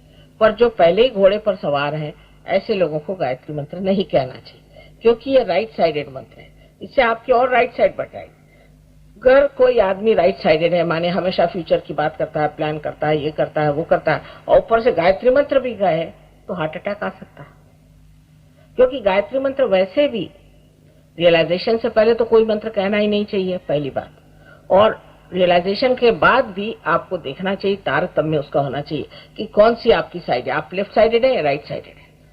लेकिन गायत्री मंत्र में जो बात कही गई है उसका कुंडलिनी से क्या संबंध है वो मैं अभी बता दूं आपको। हालांकि ये लेफ्ट राइट साइड की सारी शक्ति है, क्योंकि ये मटीरियल यानी जो जड़ वस्तु है और उससे भी आकाश तत्व आदि अनेक तत्वों से संबंधित है। अब हमारे शरीर में जो यहाँ पर आप देख सकते हैं कि जो कुंडलिनी है और जो पहला चक्र है जिसे कि हम मूलाधार कहते हैं, मूलाधार चक्र, और दूसरा मूलाधार। पहले चक्र है और फिर मूलाधार। मूलाधार माने जिसमें मूल रखा हुआ है, वो है सेक्रम बोन। ये दोनों पृथ्वी तत्व से बना है, तो भू से शुरुआत हुई, फिर उसके बाद में भूर्व। स्वादिष्ठान चक्र जो है अंतरिक्ष में फिरता है, इसलिए भूर्व से ये उसके इसेंसेस है। भूर्व स्वाहा। स्वाहा माने इसेंस है नाभि चक्र का, जहां पर के सब चीज जो है वो डाइजेस्ट हो जाती है, सब कंज्यूम हो जाती है। ये नाभि चक्र भूर्व स्वाहा। अब यहाँ पर जब आता है तो मन, यशोदा मन, यहाँ मन है। मन माने अभी आपको जैसे मैंने बताया कि ये मन का चक्र है, कि मनुष्य का मन जो है वो इससे प्रज्वलित होता है। अगर कोई मनुष्य मिंधा हो, उसकी हालत खराब हो, तो उसके अंदर ताकत आ जाती है, उसके अंदर प्रोत्साहन आ जाता है। मन।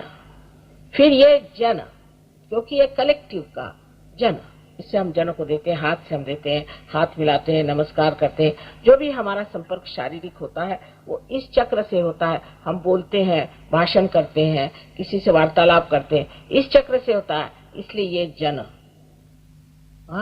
और फिर ये तप है। आज्ञा चक्र जो है ईसा मसीह का है, उसने तप किया था, वो तपस्विता हमारे अंदर है, वो तप है, ये तप है। और फिर सत्य आपको सहस्त्रार पे मिलता है। इस प्रकार 7 चक्रों का जो इसेंसेस है वही आपको गायत्री मंत्र में है, लेकिन उसके कहने से आपको पहले जानना चाहिए कि आप कौन सा मंत्र को किस वजह से इस्तेमाल कर रहे हैं। इस सब चीजों को समझ लेना चाहिए। उसको आप सहयोग में कोई मंत्र वगैरह कहने की भी जरूरत नहीं होता, क्योंकि कुंडलिनी खड़ाक से ऊपर चली जाती। पर ये जो बताया गया, जब लोग जानते नहीं थे तो मंत्र उच्चार करके लोगों को वो ट्रांस में डाल देते थे, उनको भुलावे में डाल देते थे, और उनको एक तरह से कुछ क्या कहना चाहिए कि अभिभूत कर लेते थे। जैसे एक साहब हैं, उनसे हमने पूछा, भाई तुम्हें कौन सा मंत्र दिया गया? तो कह ले उन्होंने तो कहा हमारे गुरुजी ने बताना नहीं। कितने रुपए दिए? कह ले 300 पाउंड्स दिए एक मंत्र के। कौन सा मंत्र दिया भाई? नहीं, वो बताने का नहीं, बड़ी मुश्किल से बताया। तो एक साहब बताते हैं इंगा, एक बताता है पिंगा, और तीसरा बताता है ठिंगा। और कोई हिंदुस्तानी को बताए तो वो समझ जाए। अब आप राम का मंत्र दिया, राम का मंत्र दिया सो राइट हार्ट है। राम का मंत्र दे दिया आपको, किस लिए दिया? आपको क्या अस्थमा की बीमारी है जिसलिए दिया? किस लिए आपको मंत्र दिया है? ये नहीं, ऐसे ही उन्होंने राम दिया, मैं राम राम करता हूँ, और हो गई बीमारी अस्थमा की, क्योंकि आप राम राम कर रहे हैं। राम चंद्र जी के आपके नौकर है, अवतरण है वो। उनका नाम लेते वक्त जरा गर्दन झुका करके भी नाम ले लिया, हो जाता है, अगर आप पार हैं तो। अगर आप पार नहीं तो आपको कोई अधिकार ही नहीं, आपको साम्राज्य में नहीं। समझ लीजिए आप इंग्लैंड के रहने वाले नहीं है, और आप वहां की क्वीन को जाके कहे कि साहब देखो मुझे राशन नहीं मिलता इंडिया में, तो कहे कि भैया मुझसे क्या कह रहे हो, तुम जाके अपनी गवर्नमेंट से कहो। ऐसी बात है कि जब आप उसके गवर्नमेंट में नहीं आए भगवान के, तो आप उससे मांग क्या रहे हैं? आप पहले उसके गवर्नमेंट में तो आओ, उसके आप नागरिक बनो, उसके सिटीजन बनो, फिर आप जो चाहे सो। इतना तर्क शुद्ध लॉजिकल, इतना लॉजिकल है सारा कुछ, और इतना साइंटिफिक है, इतना साइंटिफिक है कि डॉक्टर लोग भी हैरान होते हैं। अभी ये हमारे यहाँ पे 3 डॉक्टर लोग एमडी कर रहे हैं, एक ने तो कर लिया सहयोग लेकर। इतनी आश्चर्यजनक चीज है, लेकिन हम लोगों को कुछ मालूम नहीं, इसलिए लोग तंत्र लगाते हैं, मंत्र लगाते हैं, दुनिया भर की चीजें करते हैं, और उसका इतना रुपया पैसा लेते हैं। हमें ये मंत्र दिया। अरे मंत्र देने के लिए गुरु काहे को चाहिए? कोई गधा भी दे सकता है। जब आपको पता ही नहीं कि क्या मंत्र देना चाहिए, आप क्यों मंत्र दे रहे हैं? जैसे कि जब तक आपकी मोटर ही नहीं शुरू हुई और आप अभी वहीं खड़े हुए हैं, और आप ये बोल रहे हैं कि जहाँ बीच में जहाँ रुकावट आने वाली है उसी का आप इंतजाम कर रहे हैं, तो लोग कहेंगे भाई वहां जाओ तो सही, जहाँ रुकावट नहीं वहीं खड़े हो, गोल गोल घूम रहे हो, फायदा क्या?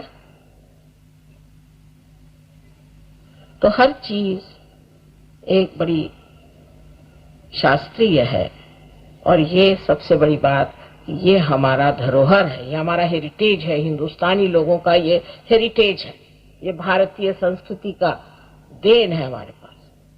इसको हम नहीं प्राप्त करेंगे तो कौन करेगा? आप इन लोगों को देखिए जो विदेश से आ रहे हैं, ऐसा गाते हैं कि आप हैरान हो जाइएगा। जो मराठी भाषा कितनी कठिन भाषा है, उस भाषा में वो लोग गाने गाते हैं, ऐसे गाने कि आप हैरान हो जाएगा कि इन्होंने कैसे गा। जिनको हमारे स्वर नहीं मालूम, जिनको गणपति का ग नहीं मालूम। सर्वधर्मों का सार सहयोग में आपको मिलेगा, और सर्वधर्म कितने सत्य हैं वो भी आपको मालूम।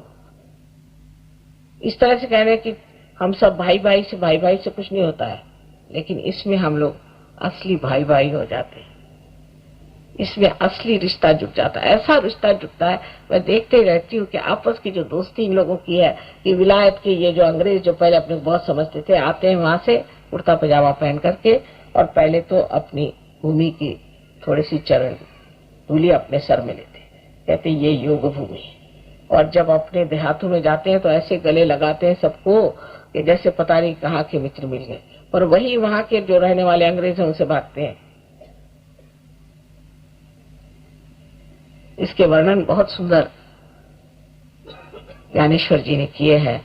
किसी वक्त मौका होगा तो आपको सुनाया जाएगा, बहुत ही सुंदर उसका वर्णन कि ये क्या होने वाला है, क्या दुनिया में होने वाली है बात, कैसे लोग होने वाले हैं। और इसकी शुरुआत तो हो ही गई है। आशा है आप लोग भी इस पे गहनता से उतरेंगे। ये नहीं कि आज मेरा भाषण सुना, कल उनका सुन गए, परसों उनका सुन गए, तो इस तरह से तो चलने नहीं वाले। जिस जगह थोड़ा सा भी पानी मिलता है वहीं कुआं खोदना चाहिए, ये नहीं कि 10 जगह छेद करते फिरो। आपको कोई पैसा देना नहीं है, कुछ नहीं, सिर्फ थोड़ा समय जरूर देना होगा अपने लिए, और उसमें से आप प्राप्त कर सकते हैं। आपकी जो शक्ति उसे आप पा सकते हैं। हो गया? और तो नहीं हुआ।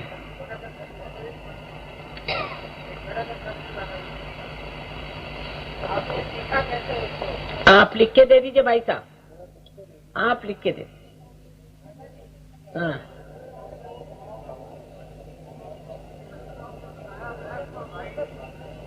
वो कल बताऊंगी ना, कल की बात। कल के लिए भी कुछ छोड़ देना चाहिए। क्या कहा?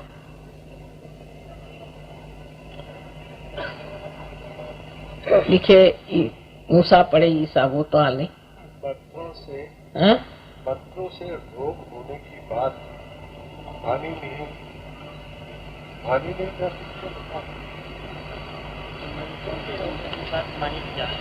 क्या हमारे सब है जिनमें मंत्रों की आपसी मेहनत चल रही है? मंत्रों से रोग होने की बात मानी नहीं जा सकती। क्या हमारे सारे शास्त्र? नहीं, बिल्कुल नहीं। आपके शास्त्र बहुत सही है, लेकिन एक इस पे बड़ा सुंदर संस्कृत में श्लोक है कि अमंत्रम अक्षरम नास्ति, नास्ति मूलम अनौषधम, अयोग्य पुरुषो नास्ति, योजक तत्र दुर्लभा। कोई भी ऐसा अक्षर नहीं है जिसमें मंत्र नहीं, कोई भी ऐसा मूल नहीं है जिसमें औषधि नहीं, और कोई भी पुरुष अयोग्य नहीं है, लेकिन उसकी योजना करने वाला चाहिए। जो सो पागल खाने से निकल के आकर आपको मंत्र दे रहा है, कोई जेल खाने से छूट करके आके आपको मंत्र दे रहा है, उनको अधिकार नहीं, अनधिकार चेष्टा है। समझे ना? अनधिकार चेष्टा नहीं कर सकते। हम तो कोई भी शास्त्र को बुरा नहीं कहते, लेकिन जो लोग इस तरह से शास्त्र को इस्तेमाल करते हैं और अपने ऊपर इसकी जिम्मेदारी ले लेते हैं कि हम दूसरों को मंत्र दे रहे हैं। काशाय वस्त्र पहन लिया, हो गए बड़े साधु बाबा। अगर कोई साधु बाबा है तो कहा हुआ है कि साहिब मिली है सो ही सदगुरु।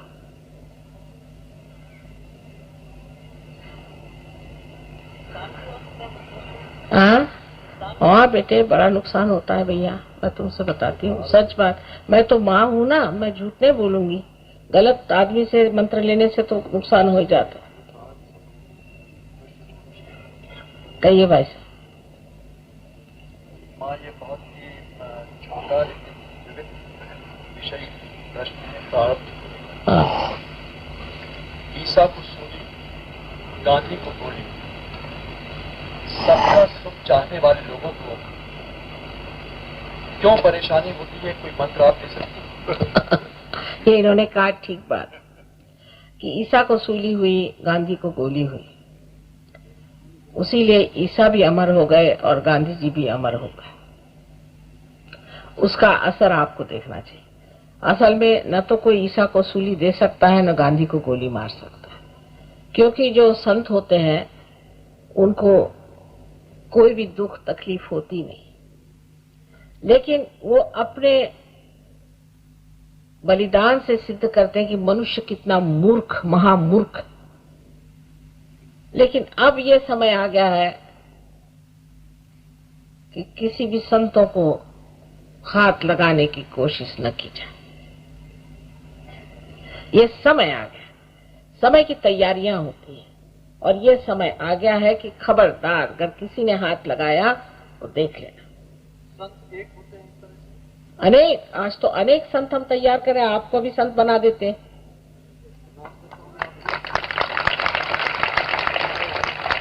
पहले कम होते थे, अब हजारों की तादाद में हो रहे हैं। चक्रों की विशुद्धि कैसे पता लगाए? चक्रों की विशुद्धि कैसे पता लगाए? वह उनको कैसे शुद्ध करें? कुछ एग्जाम्पल्स दीजिए। हाँ, आपने चक्रों के बारे में पूछा कि किस तरह से वो शुद्ध न हो तो कैसे पता लगाए। तो वो आप जब हमारे सेंटर पे जाएंगे तो आप जान लेंगे कि हमारी उंगलियों में 5, 6 और 7 ये चक्र हैं और 5, 6 और 7 ये चक्र हैं। तो ये लेफ्ट साइड के जो है ये आपकी मानसिक स्थिति को दर्शाते हैं और राइट साइड के जो है वो आपके बौद्धिक और आपके शारीरिक स्थिति को दर्शाते हैं।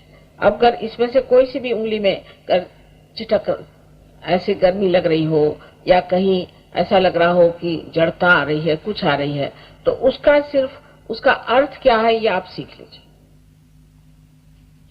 अब उसको किस तरह से ठीक करना है वो भी आपको बता दें। महीने भर में आप गुरु हो जाएंगे, सब गुरु हो जाएंगे, क्योंकि आपके हाथ के नीचे तो पहले कुंडलिनी चलेगी।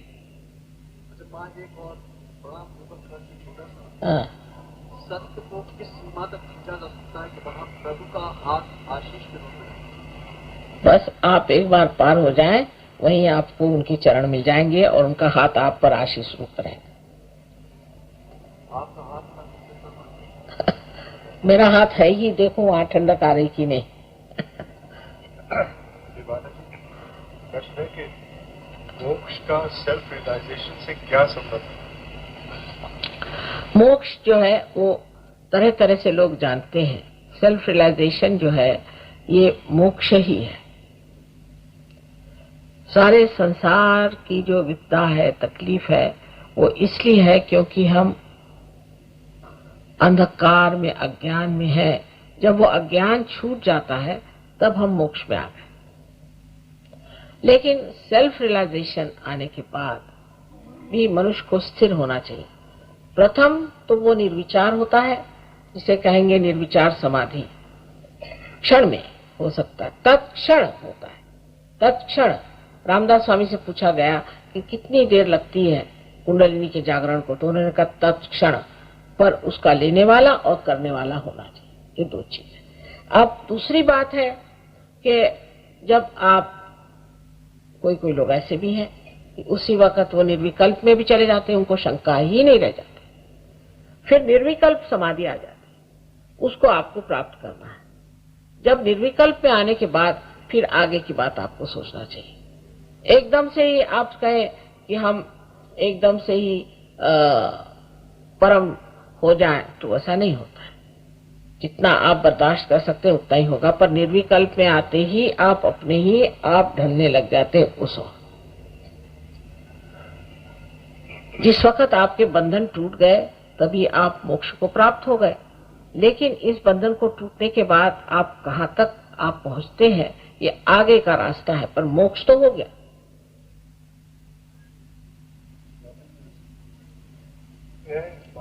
योग विद्या में बताया गया है कि कुंडलिनी जागृत होते समय विभिन्न चक्रों में से विभिन्न प्रकार की आवाजें आती।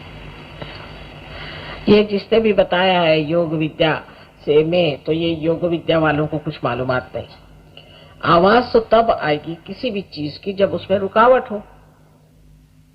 अगर रुकावट ही नहीं हो तो आवाज कैसी आएगी? तो जब कुंडलिनी चढ़ती है तो उसमें विभिन्न आवाज आने की कोई सवाल ही नहीं उठता। अगर विभिन्न उसमें आवाज आ रही है तो कोई ना कोई रुकावट है, तब आ सकती है आवाज। इसी प्रकार किसी किसी में गर्मी आ जाती है, किसी किसी की कुंडलिनी बार बार नीचे गिरती है, पर ऐसी कोई विपत्ति की चीज नहीं आती। पर जब कुंडलिनी उठती है तब बहुतों को सुगंध भी आता है, क्योंकि कुंडलिनी जहाँ बैठी हुई है वो मैंने आपसे बताया पृथ्वी तत्व से बना हुआ है, और पृथ्वी का जो कॉजल है, उसका जो तत्व है वो सुगंध है, इसलिए सुगंध आती है जब कुंडलिनी उठती बहुतों को, और ऐसे भी सुगंध आती है बहुतों को जब वो पार हो जाते हैं। पर इसका मतलब ये है कि जैसे आप यहाँ से एयरपोर्ट जाना है, आपको प्लेन पकड़ना, समझ लीजिए, तो इधर उधर सब चल ही रहा है, लेकिन आप तो इस चीज में कि भाई किस तरह से वहां पहुंच जाए, तो ये सब साइड में कुछ न कुछ होते रहता है। पर ये आवाज आना कोई बड़ी अच्छी स्थिति नहीं है। इसका मतलब है कि चक्रों में कुछ रुकावट।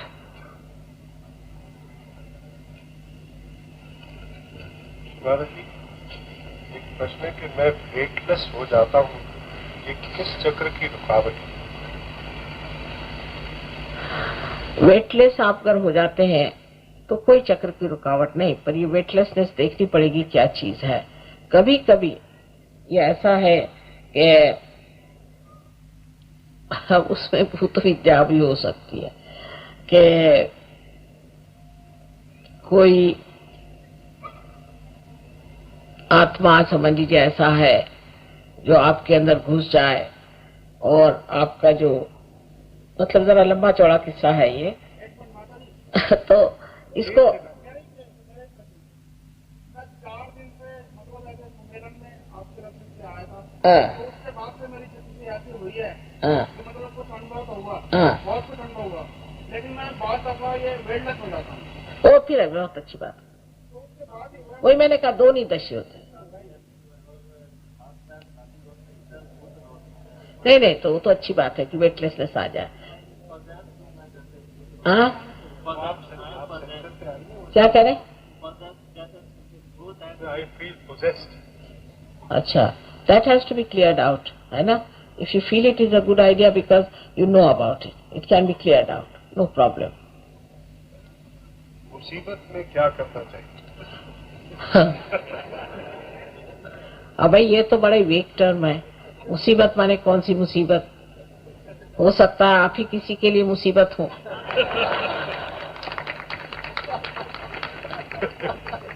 ये प्रश्न भी एक मुसीबत।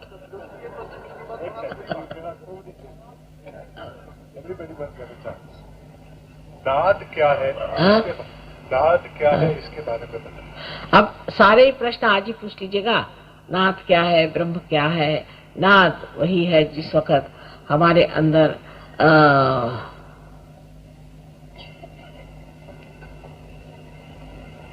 चैतन्य बहता है, तब उसकी एक बड़ी सुंदर सी धारा बहती है, पर उसका आवाज आपको सुनाई नहीं देती, उसका भी एक नाद है। इसी तरह जब अति सूक्ष्म आप हो जाते हैं तो आपको सुनाई दे सकता है।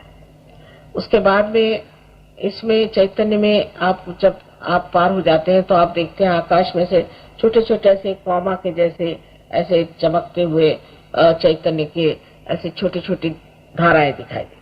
तो ये इसमें भी प्रकाश होता है।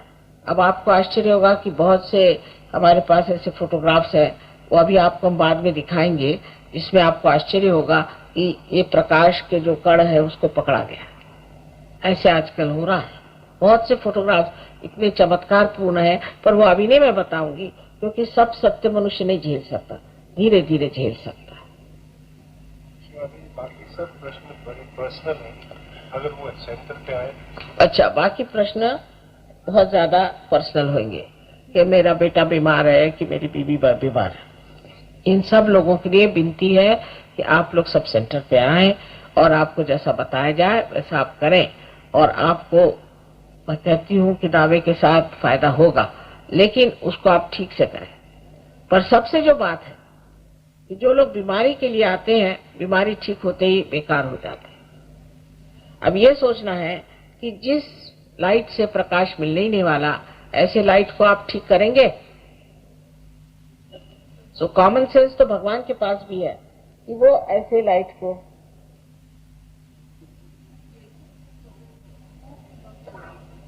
What is she saying?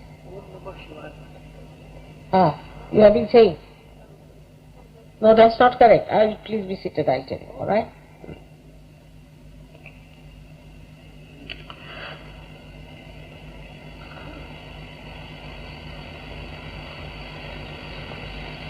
उन्होंने सवाल पूछा कि ओम नमः शिवाय बोलते हैं, ये ठीक नहीं, आपको अधिकार नहीं है अभी इस चीज का, और उससे आपको तकलीफ ही हो जाएगी। असल में क्या बताएं, इतना अंधकार है, और इस इग्नोरेंस का भी फायदा कितने लोग उठाते हैं। कुछ भी बताते रहते हैं, कहते रहते हैं, छाप देते हैं, लोग वही करने लग जाते हैं, क्योंकि सब लोग खोज रहे हैं, सब साधक है। दुख की तो बात यह है कि सारे बड़े शुद्धपन से, भोलेपन से परमात्मा को खोज ही रहे, उसमें न जाने किस किस जाल में फंस जाते हैं, कितनी परेशानी में फंस जाते हैं। लेकिन कोई भी बात, कोई भी ऐसी आफत हुई हो तो उसको भूल जाइए पूर्णतः, कृपया उसे पूर्णतः भूल जाइए, और ये ना सोचे कि मैंने ये गलती की वो गलती की। पहली तो शर्त यह है कि मैंने कोई गलती की ही नहीं, मैं बिल्कुल दोषी नहीं हूं, ये धारणा अंदर बनाए, तभी ये होगा, नहीं तो होने नहीं वाला।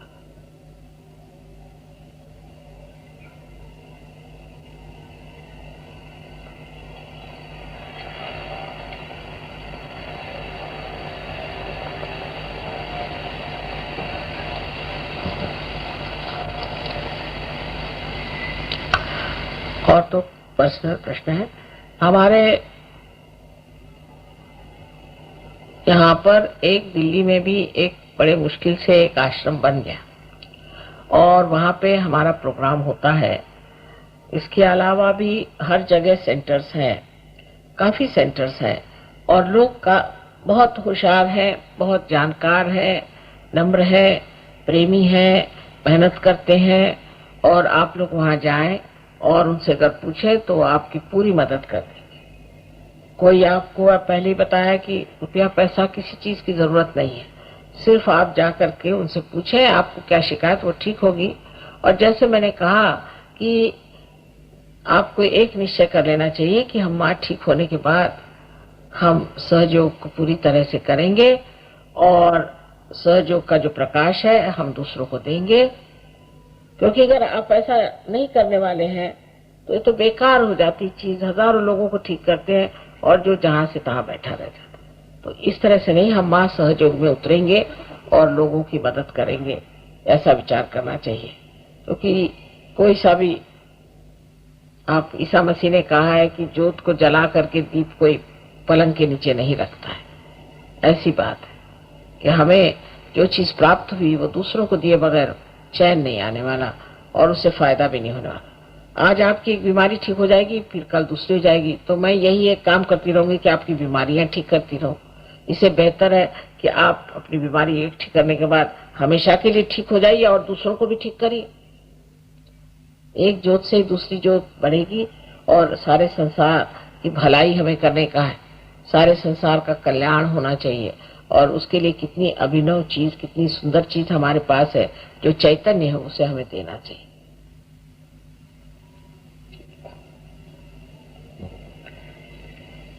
अब हम फिर से कुंडलिनी जागरण का प्रोग्राम कल के जैसे करेंगे। उसके लिए कोई किसी को परेशान होने की बात नहीं।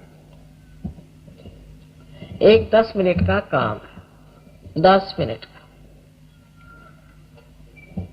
आप लोग घड़ी न देखें, कहीं 12 मिनट लग जाए तो मुझको सजा मत देना। और प्रसन्न चित्त बैठे, हम आपकी माँ है, हम कोई गुरु नहीं है, यही सोच करके कि ये कुंडलिनी भी आपकी माँ है और हर एक की अलग अलग माँ है, ये वैयक्तिक है हर एक प्रकार। आप फूलों पे रख देते ना तो फूल तो नाराज हो जाते हैं। जरा सा आगे,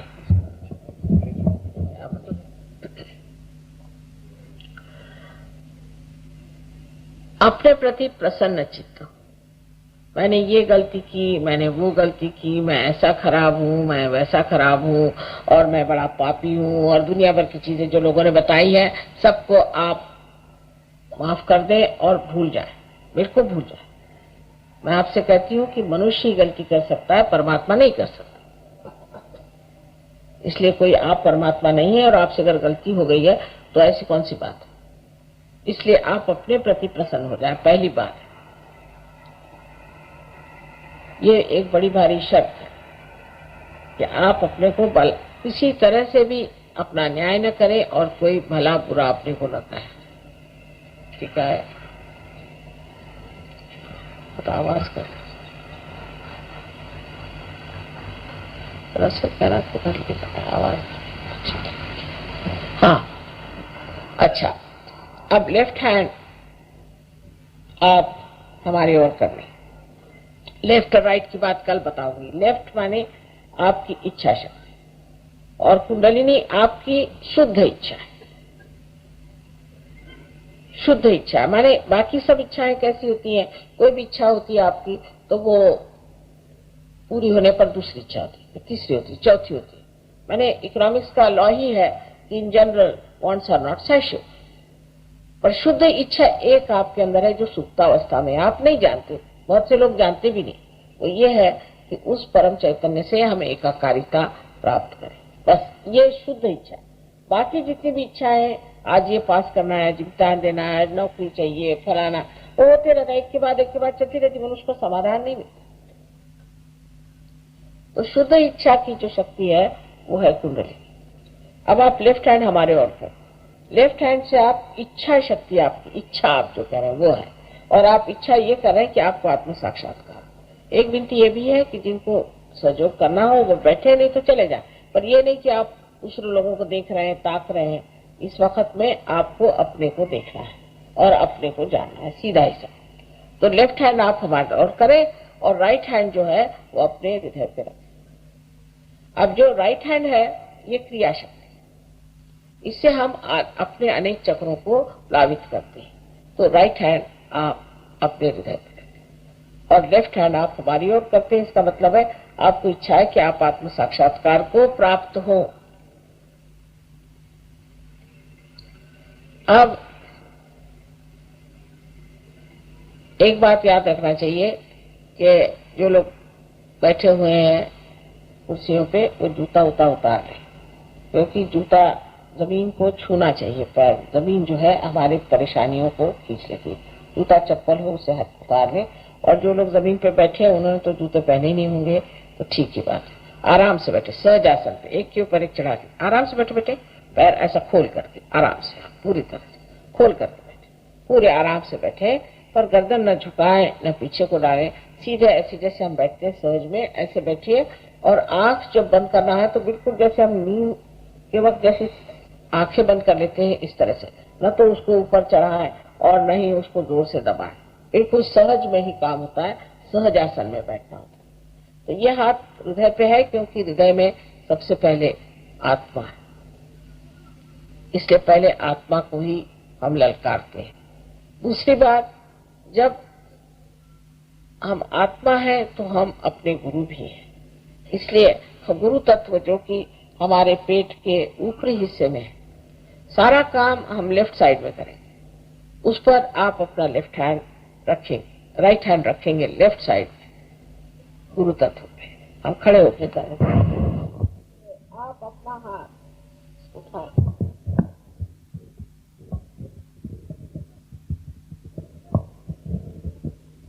सिर्फ ऊपर, ठीक है, ऐसे रखें, ठीक है, नहीं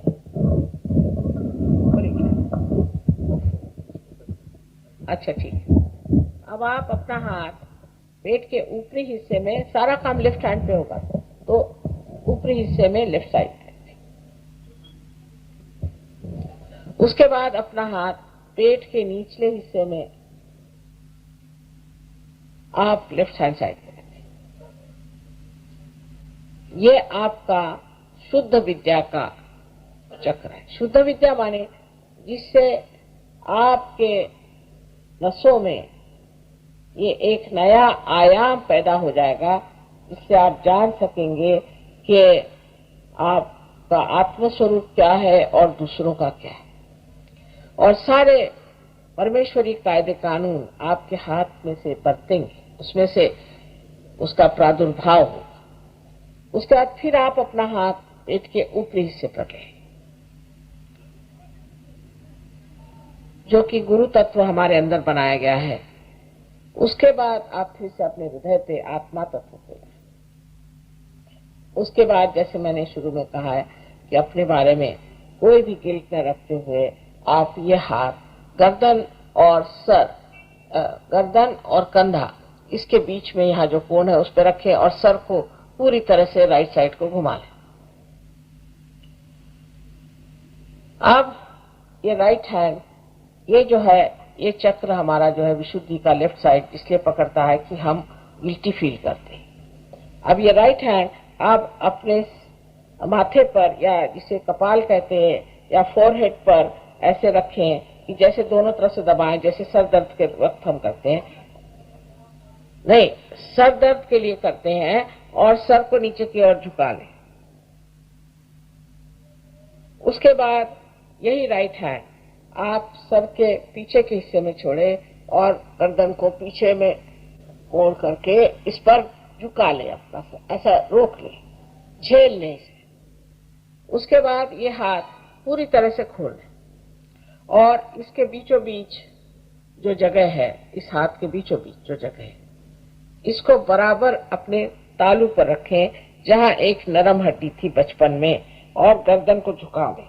अब इस उंगलियों को खूब बाहर तान करके और इसे आप 7 मरतबा धीरे धीरे घुमाएं, जैसे कि घड़ी के कांटे होते हैं।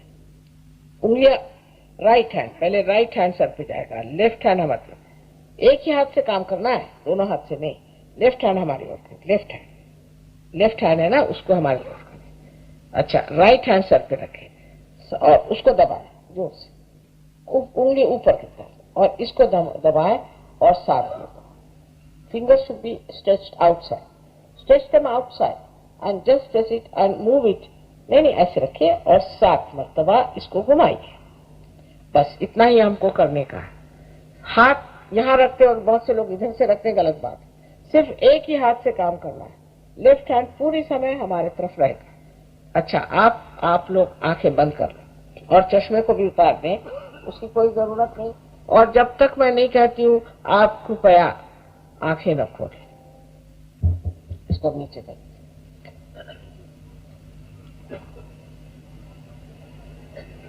अब 10 मरतबा पूर्ण आत्मविश्वास के साथ कहें इस चक्र को मदद करने के लिए कि श्री माता जी, मैं स्वयं का गुरु हूँ। श्री माता जी, मैं स्वयं का गुरु हूँ। 10 मरतबा कही, नीचे बीचों बीच, इधर।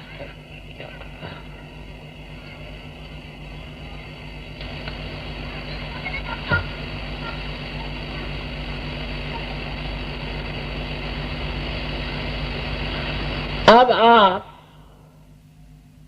ये हाथ राइट हैंड अपने हृदय पे रखें, लेफ्ट हैंड हमारी तरफ रखें, और सबसे जो महत्वपूर्ण और सत्य बात है वो जान लें कि आप स्वयं आत्मा है। मन बुद्धि शरीर अहंकार आदि व्याधियां हैं, लेकिन आप आत्मा है। इसलिए आप कृपया 12 मरतबा हृदय पे हाथ रख के कहें कि श्री माता जी, मैं आत्मा हूँ। पूर्ण आत्मविश्वास से कहें 12 मरतबा, श्री माता जी, मैं आत्मा हूँ।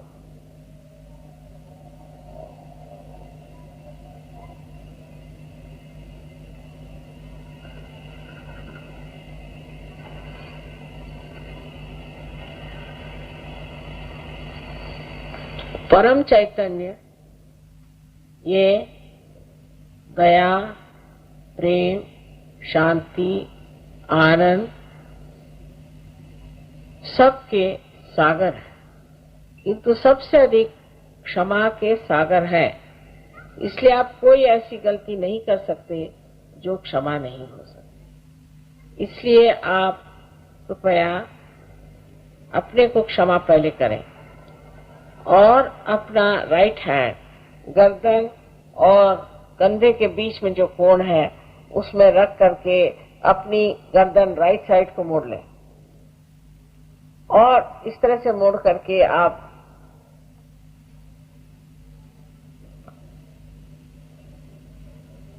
सोलह मरतबा कहें कि श्री माता जी, मैं बिल्कुल भी दोषी नहीं हूँ। पूर्ण आत्मविश्वास के साथ कहें, श्री माता जी, मैं बिल्कुल भी दोषी नहीं हूँ। गर्दन को मोड़ लें।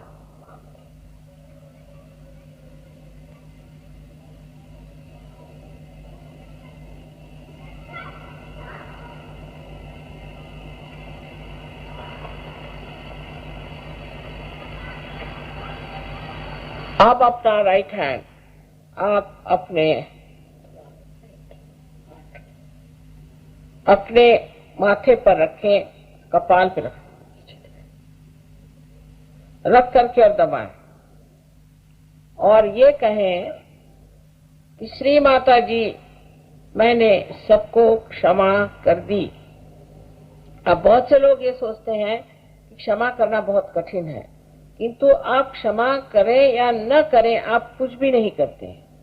इसलिए आपको कहना चाहिए कि मैं सबको क्षमा कर देता हूँ, कारण आप क्षमा न करने से आप गलत हाथों में, गलत लोगों के चक्कर में पड़ जाते हैं। इसलिए कृपया कहिए कि मैं सबको एक साथ क्षमा करता हूँ।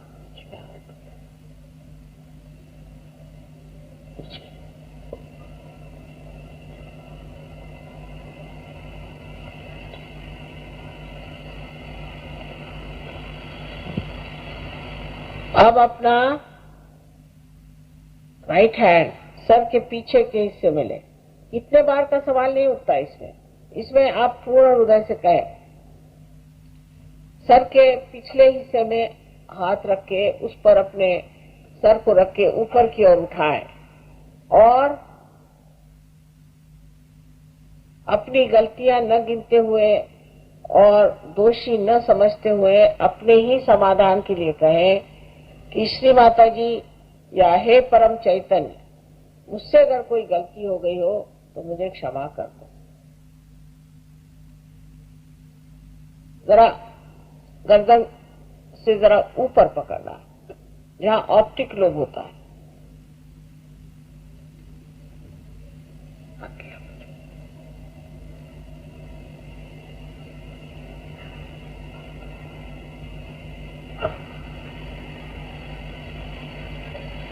अब आप इस हाथ को फिर तान लें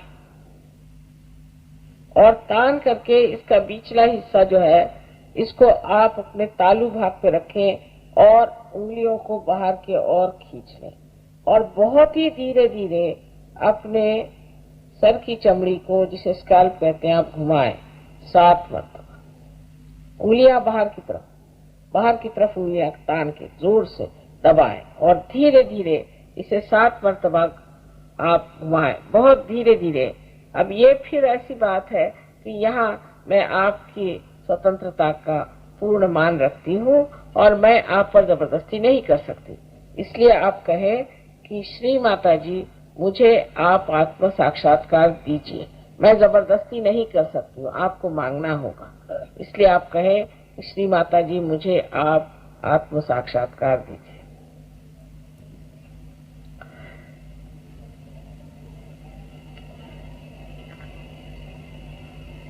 7 मरतबा कहिए। इसके साथ ही मैं प्रणव को फूकूंगी, जिससे कि कुंडलिनी बाहर निकल आएगी।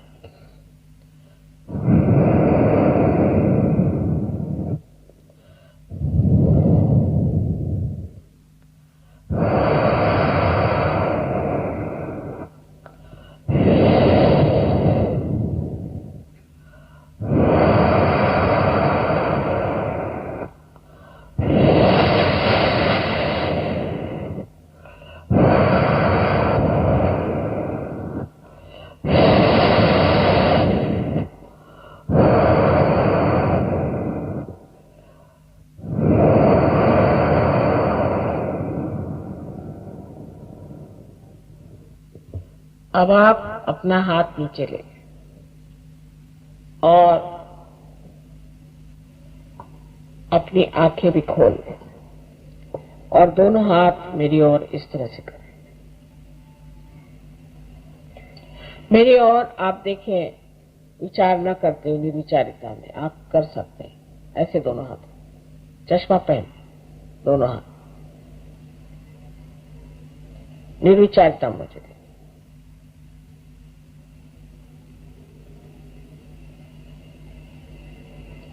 अब आप अपना राइट हैंड मेरे ओर है, राइट हैंड,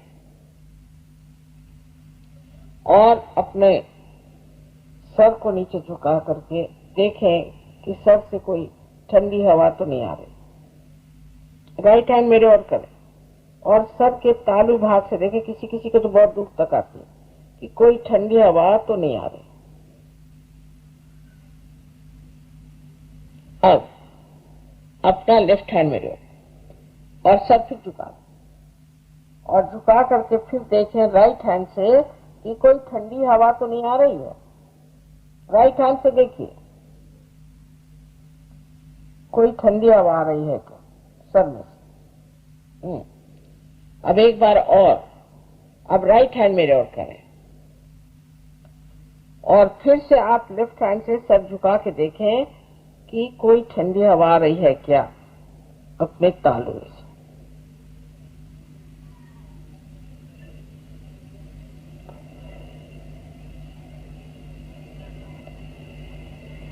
हाँ,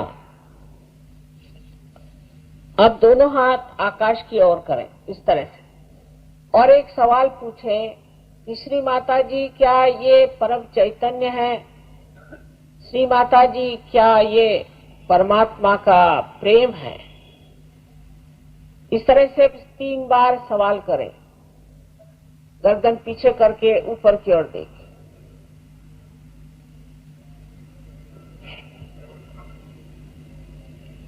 अब हाथ नीचे करके। अब जिन लोगों के हाथ में ऐसे हाथ और या सर से ठंडी हवा आई हो, ऐसे सब लोग अपने दोनों हाथ ऊपर करें।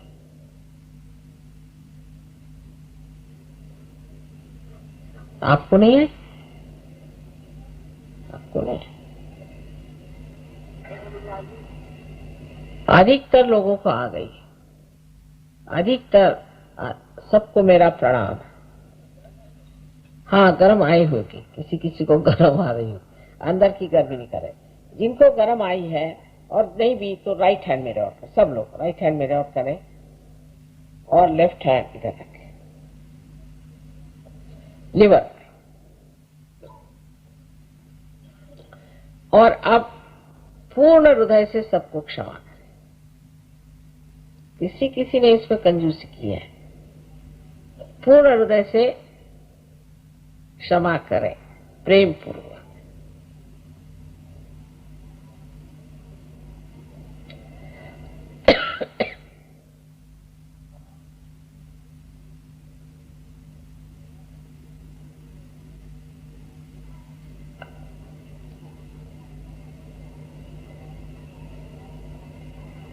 पूर्ण हृदय से करना है क्षमा।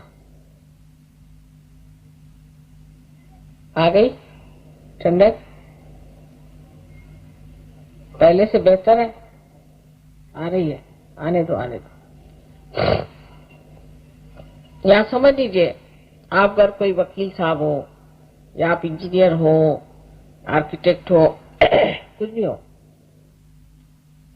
तो आप एक सवाल पूछें, श्री माता जी क्या आप सारे आर्किटेक्ट के आर्किटेक्ट हैं?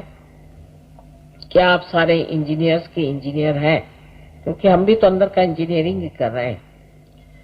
इस तरह से सवाल करें।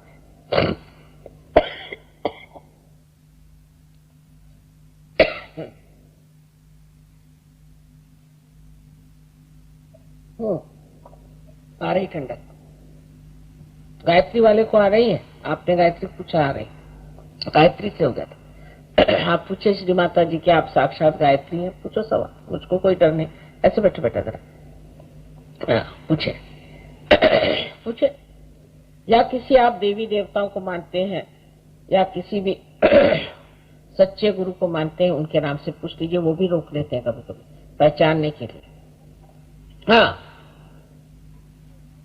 आए ना? जवाब मिल गया। शक्ति एक ही होती है, सब में एक ही शक्ति होती है, हर एक समय पर वो आती है और अपना कार्य करती है।